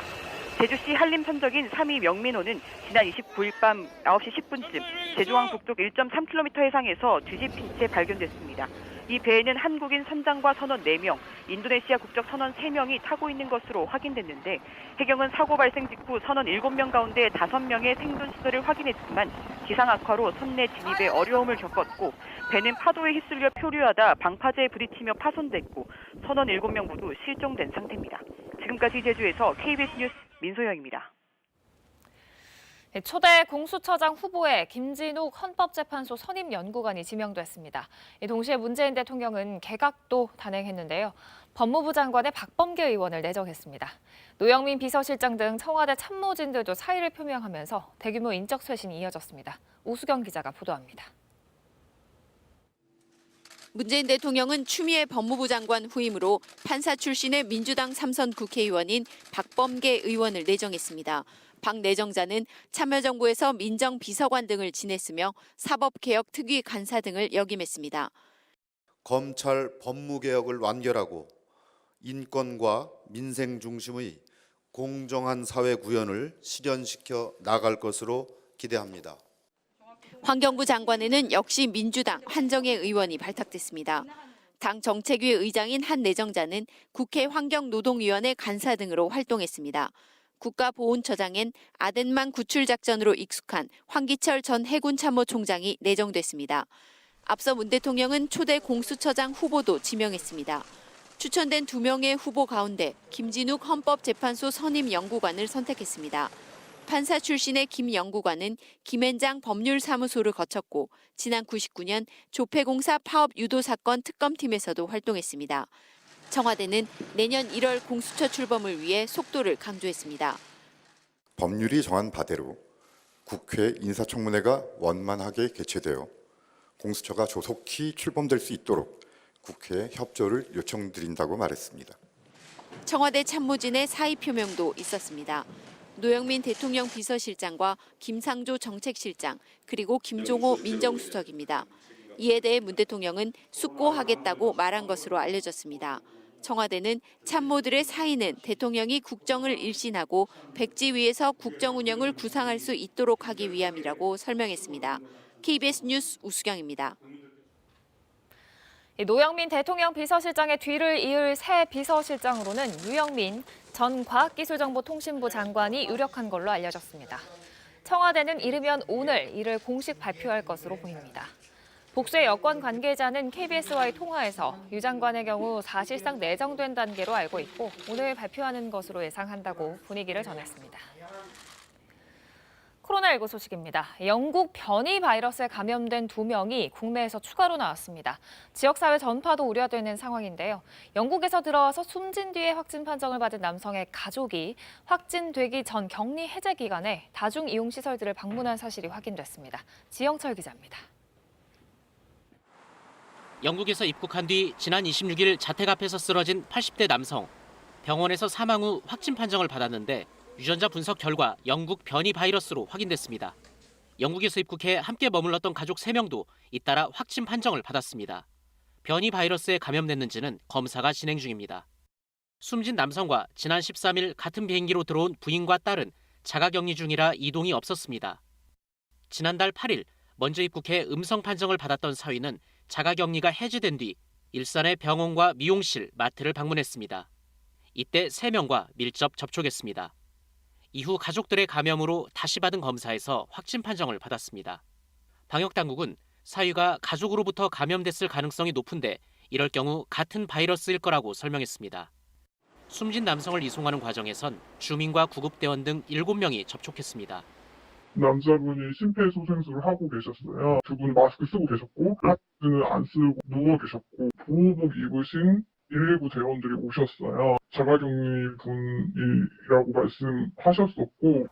방역당국이 가장 우려하고 있는 건 지역사회 전파입니다. 이를 막기 위해 숨진 남성 그리고 사위와 접촉한 사람들을 집중 관리하고 있습니다. 현재까지 이들 중에 확진자는 나오지 않았습니다. 20대 여성 1명도 변이 바이러스 감염이 확인되면서 영국 변이 바이러스의 국내 감염자는 모두 5명이 됐습니다. 이 여성은 영국을 떠나 두바이를 거쳐 입국했는데 경유 항공편의 허점도 지적됐습니다. 방역당국은 항공권을 연계해 끊으면 경유를 확인할 수 있지만 따로 끊으면 현실적으로 파악이 어렵다면서 이를 대비해 입국자들이 3주간 다녀온 국가를 기록하게 한다고 설명했습니다. KBS 뉴스 지형철입니다. 네, 2020년의 마지막 앵커 브리핑, 오늘도 코로나19 현황편으로 시작합니다. 어제 0시 기준 신규 확진자는 1,050명, 이틀 연속 1,000명대가 나왔고요. 국내 발생만 봐도 1,000명이 넘었습니다. 지역별로 보면 서울이 380여 명, 경기도 270여 명 등 수도권에 여전히 집중이 돼 있습니다만 그 밖의 지역도 대구와 충북이 40명대, 그리고 부산이 30명대 등 제법 많은 숫자가 나왔습니다. 특히 요양복지시설의 집단 감염 계속 심각한 상황인데요. 먼저 서울 동대문구의 요양시설, 이용자 1명이 사망 후에 확진 판정을 받아서 전수검사가 이뤄졌습니다. 그 결과 이용자 20명과 직원 8명이 양성 판정받았습니다. 또 경기도 고양시의 요양병원은 누적 확진자가 100명대로 늘어났고요. 전북 순창군의 요양병원도 감염자가 70여 명이나 나왔습니다. 이런 가운데 오늘과 내일 연말연시를 모여서 기념하려는 사람들이 많을까 봐 또 걱정입니다. 정세균 국무총리는 이 집단 감염이 계속되는 상황에서 모임까지 증가하면 확진자가 급증할 가능성이 있다고 경고했습니다. 안전하고 조용하게 이 시기를 잘 넘기는 게 가장 뜻깊은 연말연시가 아닐까 싶습니다. 오늘 제야의 종 행사도 열리지 않습니다. 전국의 해넘이, 해돋이 명소도 모두 일시 폐쇄되니까 헛걸음하지 마시고 집에서 차분하게 TV나 인터넷을 통해 기념하시기를 권해드립니다. 정부가 오늘 교정시설에 대한 추가 방역 대책도 발표를 합니다. 아시다시피 서울 동부구치소의 집단 감염, 이제 누적 확진자가 800명에 육박할 정도로 심각한데요. 오늘 4차 전수검사 결과도 더해지기 때문에 숫자가 대폭 늘어날 가능성도 있습니다. 그 내용은 김민철 기자의 보도로 보시겠습니다. 법무부는 오늘 오전 정부 서울청사에서 이용구 차관 주재로 브리핑을 열고 교정시설에서의 코로나19 집단 감염 사태와 관련해 종합 대책을 발표합니다. 이 자리에선 서울 동부구치소 등 교정시설 내 코로나19 확진자 현황과 대응 경과, 조치 계획 등이 공개될 예정입니다. 어제 오전 0시 기준 전국 교정시설 내 확진자는 837명으로 전날보다 37명 늘었습니다. 늘어난 확진자 가운데 35명이 동부구치소 관련 확진자입니다. 동부구치소는 어제 이전 전수검사에서 음성 판정을 받은 직원과 수용자 1,800여 명을 대상으로 4차 전수검사를 실시했는데 결과는 오늘 중 나올 것으로 보입니다. 4차 전수검사에서도 추가 확진자가 나올 경우 법무부의 방역관리에 문제가 있었던 것 아니냐는 논란은 더 커질 것으로 보입니다. 동부구치소 수용자들은 외부에 보낸 편지에서 구치소 측이 지난 19일 밤 자고 있던 수용자들을 갑자기 깨워 방을 옮기게 하면서 다른 방 사람들과 섞였다고 전했습니다. 확진자를 접촉했던 사람들과 비접촉자들을 나눠 다시 방을 배정하기 위해서였는데 이때 수용자 180명 정도가 강당에 한꺼번에 모여 몇 시간을 기다렸다고 주장했습니다. 한편 동부구치소는 코로나19 비확진 수용자들을 강원 북부교도소와 대구교도소 등으로 긴급 이송했습니다. 밀집도를 낮춰 코로나19 확산을 막기 위한 조치라고 법무부는 설명했습니다. KBS 뉴스 김민철입니다. 우리 정부가 확보한 아스트라제네카 백신, 영국에서 처음으로 사용 승인이 떨어졌습니다. 다음 달 초부터 접종이 된다고 하는데요.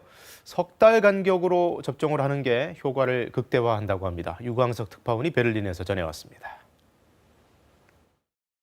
영국 정부가 세계 최초로 아스트라제네카 백신 사용을 승인한 뒤 전문가들과 함께 기자회견을 열었습니다. 인체용 약품 전문가인 피르 모하메드 경은 백신 접종 1회분과 2회분 사이에 3개월 간격을 둘 때 면역 효과가 최대 80%까지 올라갔다고 말했습니다. It is important to note that the vaccine does not protect immediately. You have to wait until day 22 before you get partial immunity after the first dose. 피르 모하메드 경은 백신이 노령층에도 효과를 보인다고 밝혔습니다. 또 변이 바이러스가 백신을 쓸모없게 한다는 데이터는 현재 없다고 설명했습니다. 영국 정부는 어제 의약품 규제청의 권고를 받아들여 아스트라제네카 백신의 긴급 사용을 승인했습니다. 철저한 임상시험과 완전한 데이터 분석을 통해 백신이 기준을 충족한다는 결론을 내렸다고 영국 정부는 설명했습니다. We have 100 million doses on order. The rollout will start on the 4th of January and will really accelerate in the first few weeks of next year. 아스트라제네카 백신의 평균 면역 효과는 70.4%로 화이자나 모더나 백신보다는 낮지만 가격이 저렴하고 보관과 유통이 편리한 장점을 갖고 있습니다. 한국 정부는 아스트라제네카와 1,000만 명분의 백신 공급 계약을 맺었습니다. 베를린에서 KBS 뉴스 유광석입니다. 이재용 삼성전자 부회장이 어제 파기환송심 마지막 재판에서 징역 9년을 구형받았습니다. 이 특검은 이 부회장이 사익을 위해 박근혜 전 대통령에 적극적으로 뇌물을 줬다고 강조했는데요. 이 부회장은 선처를 호소했습니다. 김채린 기자가 보도합니다. 국정농단 사건에 연루돼 4년 가까이 재판을 받아온 이재용 삼성전자 부회장. 어제 파기환송심 마지막 재판에 출석했습니다. 오늘 결심 공판 앞두고 심경이 어떠신가요? 특별검사는 이 부회장이 삼성그룹 경영권 승계라는 사익을 위해 회사 돈으로 뇌물을 마련했다고 강조했습니다. 이어 대법원의 파기 취지에 따르면 이 부회장이 박근혜 전 대통령 등에게 86억 원어치의 뇌물을 적극 제공한 점이 인정된다고 밝혔습니다. 특히 삼성이 정비한 준법감시제도는 유효한 재범 방지책이 될 수 없고 삼성의 경제적 공헌이 이 부회장의 방패막이가 돼선 안 된다고 강조했습니다. 그러면서 이 부회장에게 징역 9년을 선고해달라고 재판부에 요청했습니다. 이에 대해 변호인은 실형이 아닌 집행유예가 선고돼야 한다고 호소했습니다. 변호인은 이 부회장이 대통령의 강압에 못 이겨 수동적으로 뇌물을 준 것이라며 그 대가로 특혜를 받은 적이 없고 횡령했던 회사 돈도 변제했다고 밝혔습니다. 또 삼성 준법감시제도는 결코 보여주기식이 아니라며 이 부회장이 범행을 깊이 반성하고 있다고 주장했습니다. 이 부회장도 19분 동안의 최후 진술에서 과거로 돌아가는 일은 결코 없을 것이라며 삼성을 최고의 도덕성을 갖춘 회사로 만들겠다고 말했습니다. 아버지인 고 이건희 회장을 언급하며 울먹이기도 했습니다. 재판부는 다음 달 18일에 판결을 선고하기로 했습니다. KBS 뉴스 김채린입니다. 유럽연합과 중국이 지난 2014년 협상이 개시된 지 거의 7년 만에 투자협정 체결에 합의했습니다. 이에 따라 양측 기업의 상대국 시장에 대한 접근이 더욱 자유로워질 걸로 전망됩니다. 우르줄라 폰데어라이엔 EU 집행위원장은 트위터를 통해 중국과 투자협정 체결을 위한 협상을 원칙적으로 끝냈다면서 보다 균형 잡힌 무역과 더 나은 사업 기회를 위해서라고 밝혔습니다. 이번 합의는 실질적으로 유럽 기업들의 중국 시장에 대한 접근권을 전례 없이 확대할 걸로 전망되고 있다고 외신들이 전했습니다. 고 박원순 전 서울시장에 대한 성추행 고소가 예정돼 있다는 사실이 여성단체와 국회의원을 통해 서울시에 전달된 걸로 검찰 조사 결과 드러났습니다. 박 전 시장은 사망 전에 보고를 받고 이 파고는 넘기 힘들 것 같다는 말을 남긴 걸로 확인됐습니다. 전현우 기자의 보도입니다. 고 박원순 전 서울시장이 숨진 당일 오전, 고한석 당시 서울시 비서실장이 시장 공간에서 걸어 나옵니다. 고 전 실장은 당시 임순영 전 서울시 젠더특보가 성추행 관련 내용을 박 전 시장에게 알렸는지 몰랐다고 말했습니다. 젠더특보가 보고한 사실 알고 있으셨나요? 아니요. 모르고 있으셨나요? 하지만 검찰 수사 결과 고 전 실장은 박 시장 사망 당일 새벽 젠더특보로부터 박 시장에게 관련 내용을 보고했다는 사실을 들은 것으로 드러났습니다. 박 시장에 대한 고소 예정 사실이 서울시로 전달된 경로는 여성단체와 국회의원이었습니다. 박 전 시장 사망 이틀 전 피해자 측 김재련 변호사는 고소장 제출 전 한 여성단체 대표에게 지원을 요청했습니다. 여성단체 대표는 이 사실을 또 다른 단체 대표에게 알렸고 이후 한 명을 더 거쳐 더불어민주당 남인순 의원에게까지 전달됐습니다. 이후 남 의원이 자신의 보좌관을 지냈던 임순영 서울시 젠더특보에게 연락했다는 게 검찰의 설명입니다. 성추행 의혹을 보고받은 뒤 박 전 시장의 구체적인 반응도 공개됐습니다. 검찰은 박 전 시장이 사망 전날 젠더특보의 보고를 받고 피해자와 문자를 주고받은 것이 있는데 문제를 삼으면 문제가 될 소지가 있다는 취지로 말했다고 설명했습니다.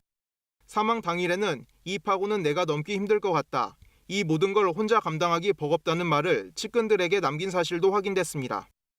검찰은 고소사실 유출 경위를 확인했지만 관련자들을 기소하지는 않았습니다. 성폭력특별법의 비밀준수 의무 위반 혐의는 수사기관에만 적용되기 때문입니다. 고소사실 유출 혐의로 고발된 청와대와 수사기관 관계자들은 혐의가 없다며 불기소 처분했습니다. 한편 피해자를 지원하는 여성단체들은 검찰 발표로 박 전 시장이 본인 행위가 성폭력일 수 있음을 알았다는 사실이 확인됐다며 2차 가해를 멈출 것을 촉구했습니다. KBS 뉴스 전현우입니다. 올해 마지막 날인 오늘 세미 탄파가 이어지고 있습니다. 중부와 경북 지역을 중심으로 한파특보가 내려져 있고요. 철원, 임남면은 오늘 아침 기온이 영하 23.3도까지 떨어졌습니다. 파주도 영하 16도 안팎, 서울과 대전, 장수와 의성 모두 영하 12도 안팎의 추위가 이어지고 있습니다. 어제보다도 기온이 더 낮고요. 체감온도는 이보다 3도에서 5도가량 더 낮은 만큼 나가실 때 따뜻하게 챙겨 입으셔야겠습니다.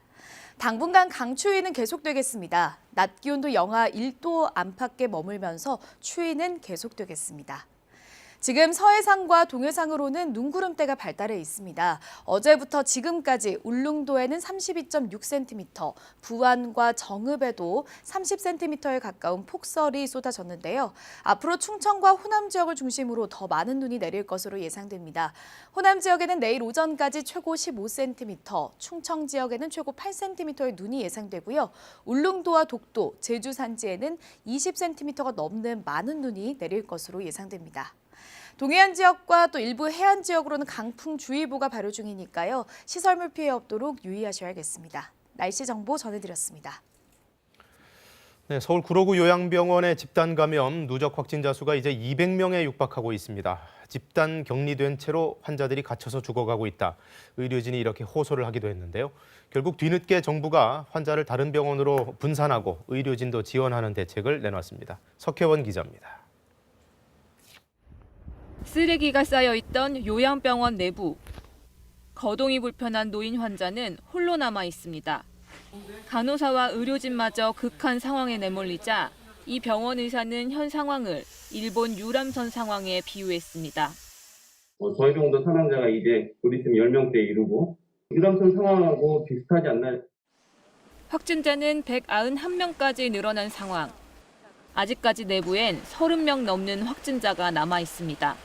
정부가 이 확진자들을 다른 병원으로 옮기고 남아있는 환자 치료를 위해 의료 인력 34명을 지원하기로 했습니다. 어제 하루만 18명의 환자가 다른 병원으로 옮겨져 일단 한숨을 돌렸습니다. 병원 내용에 대해서 언론사분들이 관심을 가져주시고 또 거기에 대해 보답해서 방역 당국에서 노력해 주셔서 이렇게 많은 환자분들이 이렇게 배송된 거에 대해서 너무 감사합니다.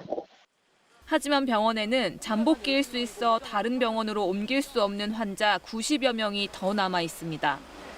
간병인들이 모두 나간 상태여서 여전히 의료진의 부담이 큽니다.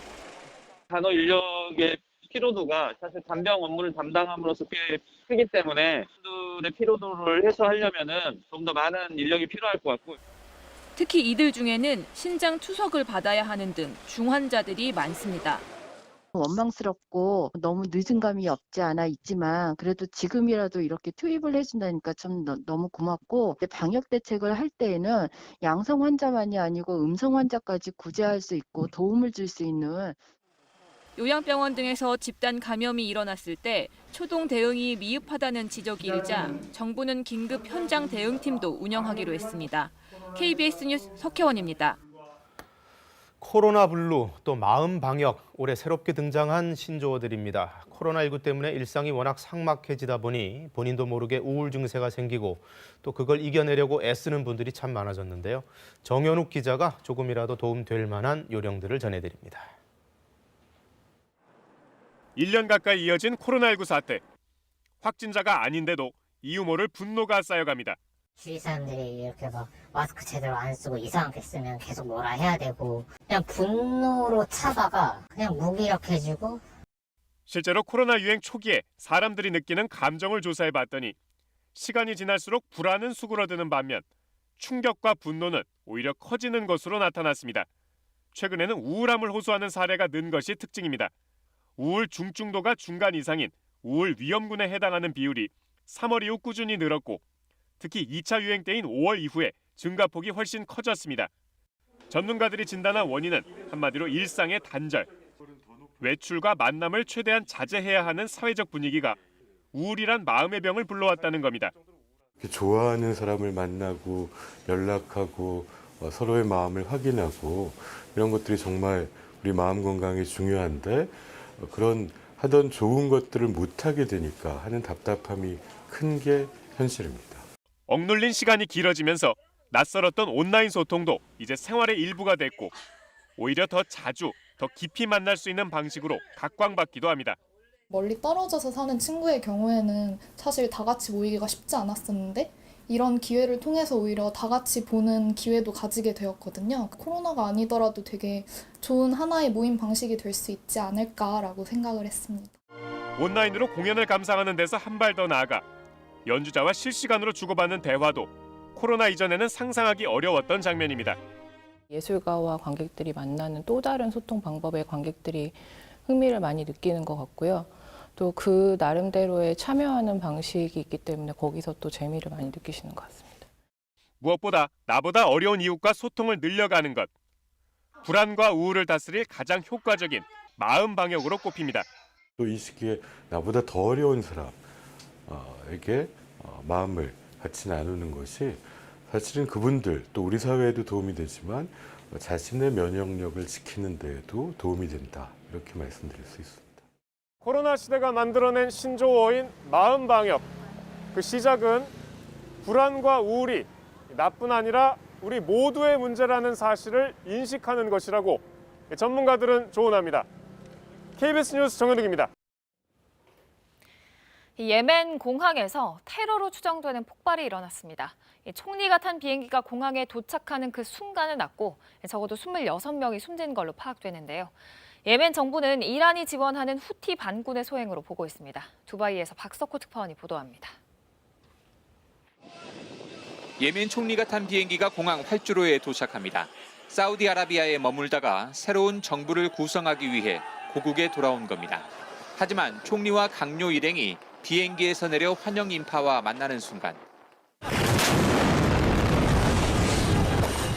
화염과 폭발음이 공항을 덮칩니다. 공항은 순식간에 아비 교환으로 변합니다. 한 보안 소식통은 박격포 포탄 3발이 떨어졌다고 전했지만 정확한 사고 경위는 아직 밝혀지지 않았습니다. 연기가 거친 폭발 현장에선 곳곳에서 쓰러진 사람들이 발견됐습니다. 이 폭발로 최소 26명이 숨지고 50여 명이 다쳤습니다. 사상자는 대부분 환영식에 나온 사람들이었고 총리와 강요 중에는 크게 다친 사람은 없는 것으로 전해졌습니다. هذا الهجوم الغادر والجبان والإرهابي يضع الحكومة في قلب مسؤولياتها وهي مهمة إنهاء الانقلاب. 예멘 일부 관리들은 이번 사건을 후티 반군의 소행으로 추정하고 있습니다. 예멘에서는 지난 2015년부터 사우디아라비아가 지원하는 예멘 정부군과 이란이 지원하는 후티 반군 간 충돌이 계속되고 있습니다. 두바이에서 KBS 뉴스 박석호입니다. 올해 마지막 주 개봉 영화 소식입니다. 베니스 영화제 수상작인 추격 스릴러가 있고요. 또 영화 제목도 주연 배우도 차인표인 코믹 영화도 공개되는데요. 김지성 기자가 소개해드립니다.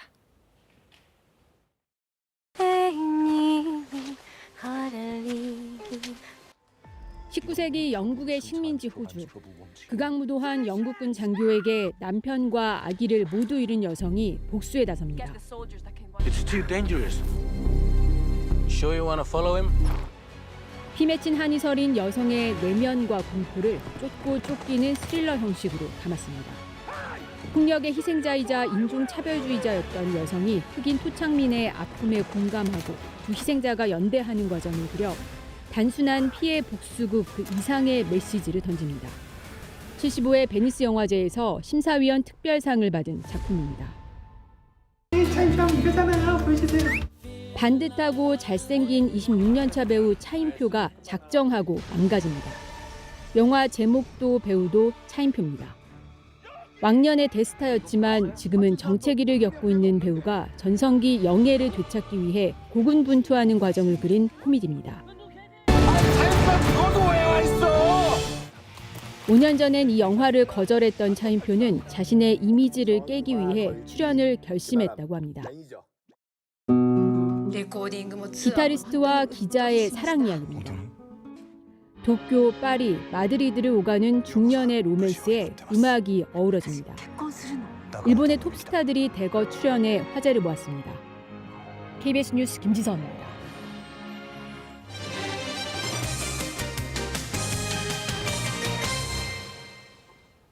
서울에선 연일 300에서 500명대 확진자가 나오고 있습니다.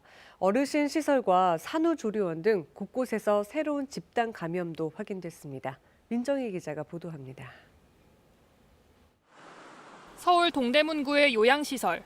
이곳 이용자 1명이 지난 27일 사망한 뒤 검사에서 확진 판정을 받아 이 시설에 대한 전수검사가 이뤄졌습니다.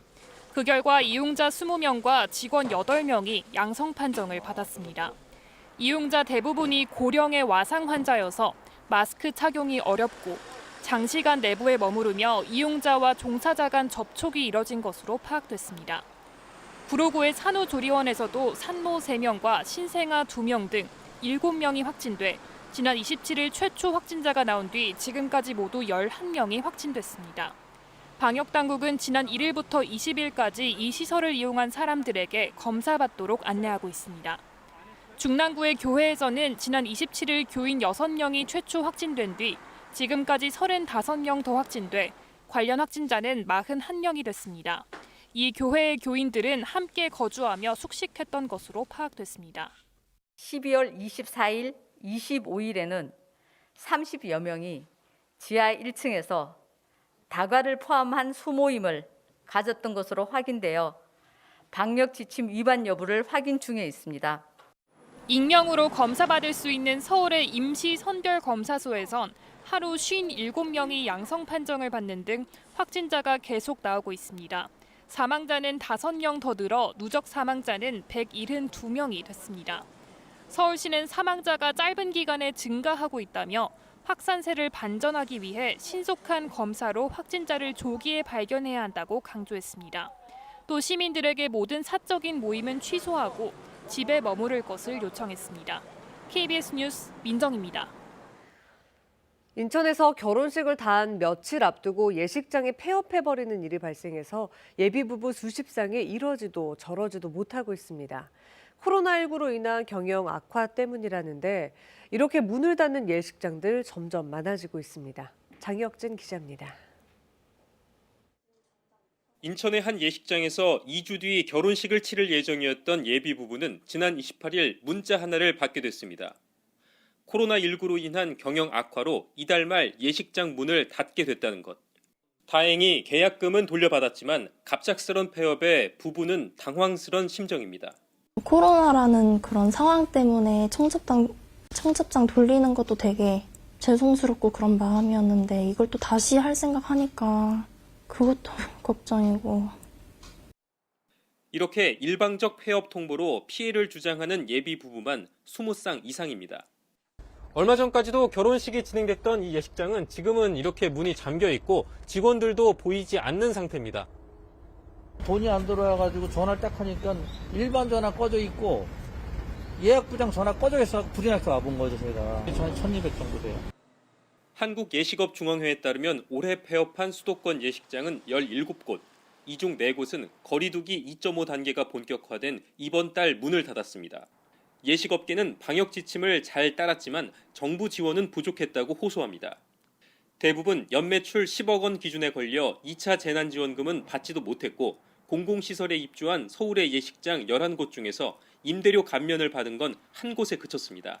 정부에서 주는 직접적인 금융이나 세제나 행정적인 직접 지원이 하나도 없습니다. 한 달 임대료가 1억에서 2억 사이인데.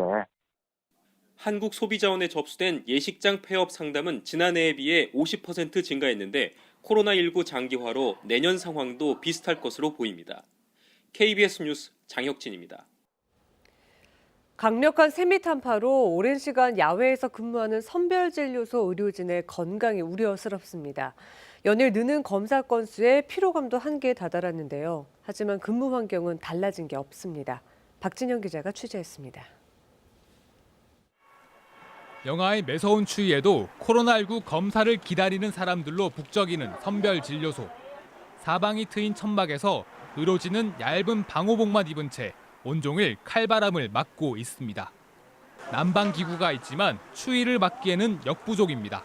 방호복이 얇아서 좀 바람도 많이 불고 해서 많이 춥고요. 그리고 계속 손소독을 하다 보니까 좀 손끝도 많이 시리고 이제 발끝도 많이 시리고 그래서 이제 감기가 걸리진 않을까 좀 걱정이 됩니다. 폭염이 기승을 부렸던 지난 여름과는 대조적입니다. 불볕더위에 의료인들이 잇따라 쓰러지자 정부는 냉방기 설치비 지원은 물론 선별진료소 운영 시간을 조정하고 사전 예약제를 운용했습니다. 한파 관련이라고 내려온 거는 아직은 없습니다. 지원해달라 하시는 데는 저희가 이제 구입 비용을 지원을 좀 해드렸어요. 이 때문에 각 선별진료소가 이렇게 난방기구를 마련하는 수준에서만 한파에 대비하고 있는 실정입니다. 최근 확진자가 급증하면서 전국에서 하루 10만 건이 넘는 검사가 진행되는 상황. 의료인들이 누적된 피로에 한파 추위까지 이중고를 겪으면서 선별 검사가 차질을 빚지 않을까 하는 우려의 목소리도 나오고 있습니다. 추위가 더 많은 에너지를 소모하게 하고 집중하지 못하는 상황이 벌어져서 감염에 노출되기도 더 쉽고 번아웃되는 현상들이 일어나서 지속적인 방역에 힘을 기울이기가 강력한 새 및 한파 속에서도 묵묵히 방역의 최전선을 지키고 있는 의료인들. 안전하게 진료에 집중할 수 있도록 근무 환경 개선이 시급해 보입니다. KBS 뉴스 박진영입니다. 마약류를 대거 밀반입한 태국인 일당이 무더기로 검거됐습니다. 무려 5만 4천여 명이 투약할 수 있는 분량이 외국인 노동자들 사이에서 은밀하게 거래됐습니다. 송국회 기자의 보도입니다. 태국에서 밀반입된 합성 마약류, 속칭 야바입니다. 복용하면 피해 망상 등을 일으키는 향정신성 의약품입니다. 최근 1년 가까이 충북 보은과 음성, 진천의 산업단지 일대에서 몰래 거래된 것들입니다. 일부 태국인 노동자들이 밀수 조직을 만들어 공장이나 기숙사, 외국인 클럽 등에서 판매한 것으로 확인됐습니다. 공업지역 이런 시설 지역에서 많은 산업적 근로자들이 야바를 사용하고 있는 실정입니다.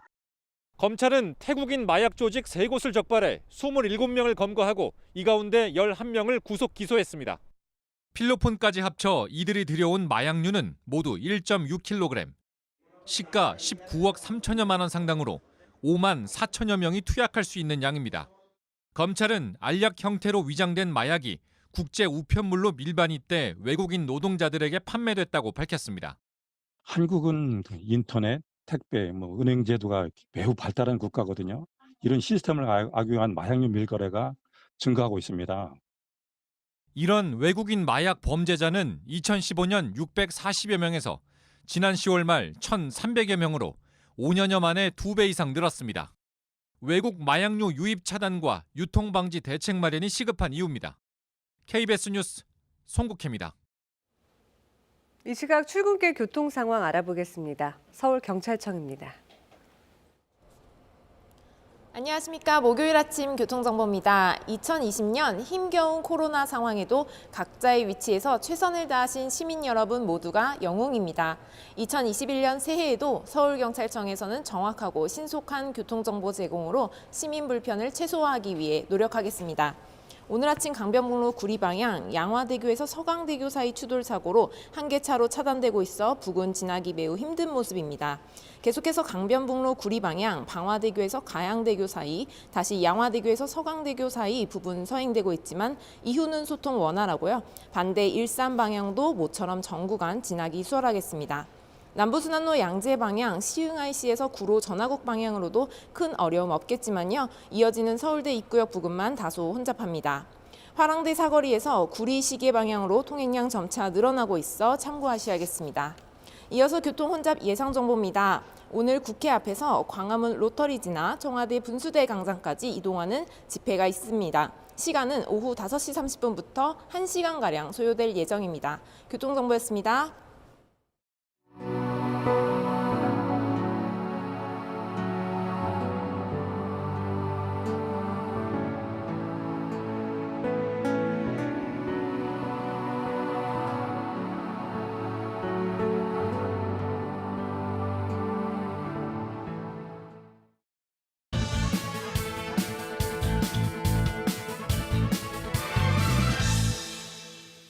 동부구치소 코로나19 확진자가 급속히 늘면서 국가시설 방역 책임 논란이 확산되고 있습니다. 최초 확진자가 발생한 지 한 달여 만에 동부구치소 관련 확진자는 어제 기준 약 800명까지 늘었습니다. 전체 수용자의 30%가 확진 판정을 받은 데다 사망자까지 발생하면서 허점을 드러낸 집단 시설에 대한 방역 대책 마련이 시급하다는 지적이 나오고 있습니다. 동부구치소 집단 감염은 법무부의 초동 대응 실패와 관리 부실이 주요 원인으로 분석됐습니다. 지난달 27일 최초 확진자가 나온 지 3주가 지나서야 전수조사에 들어간 이른바 뒷북 검사 논란이 불거졌습니다.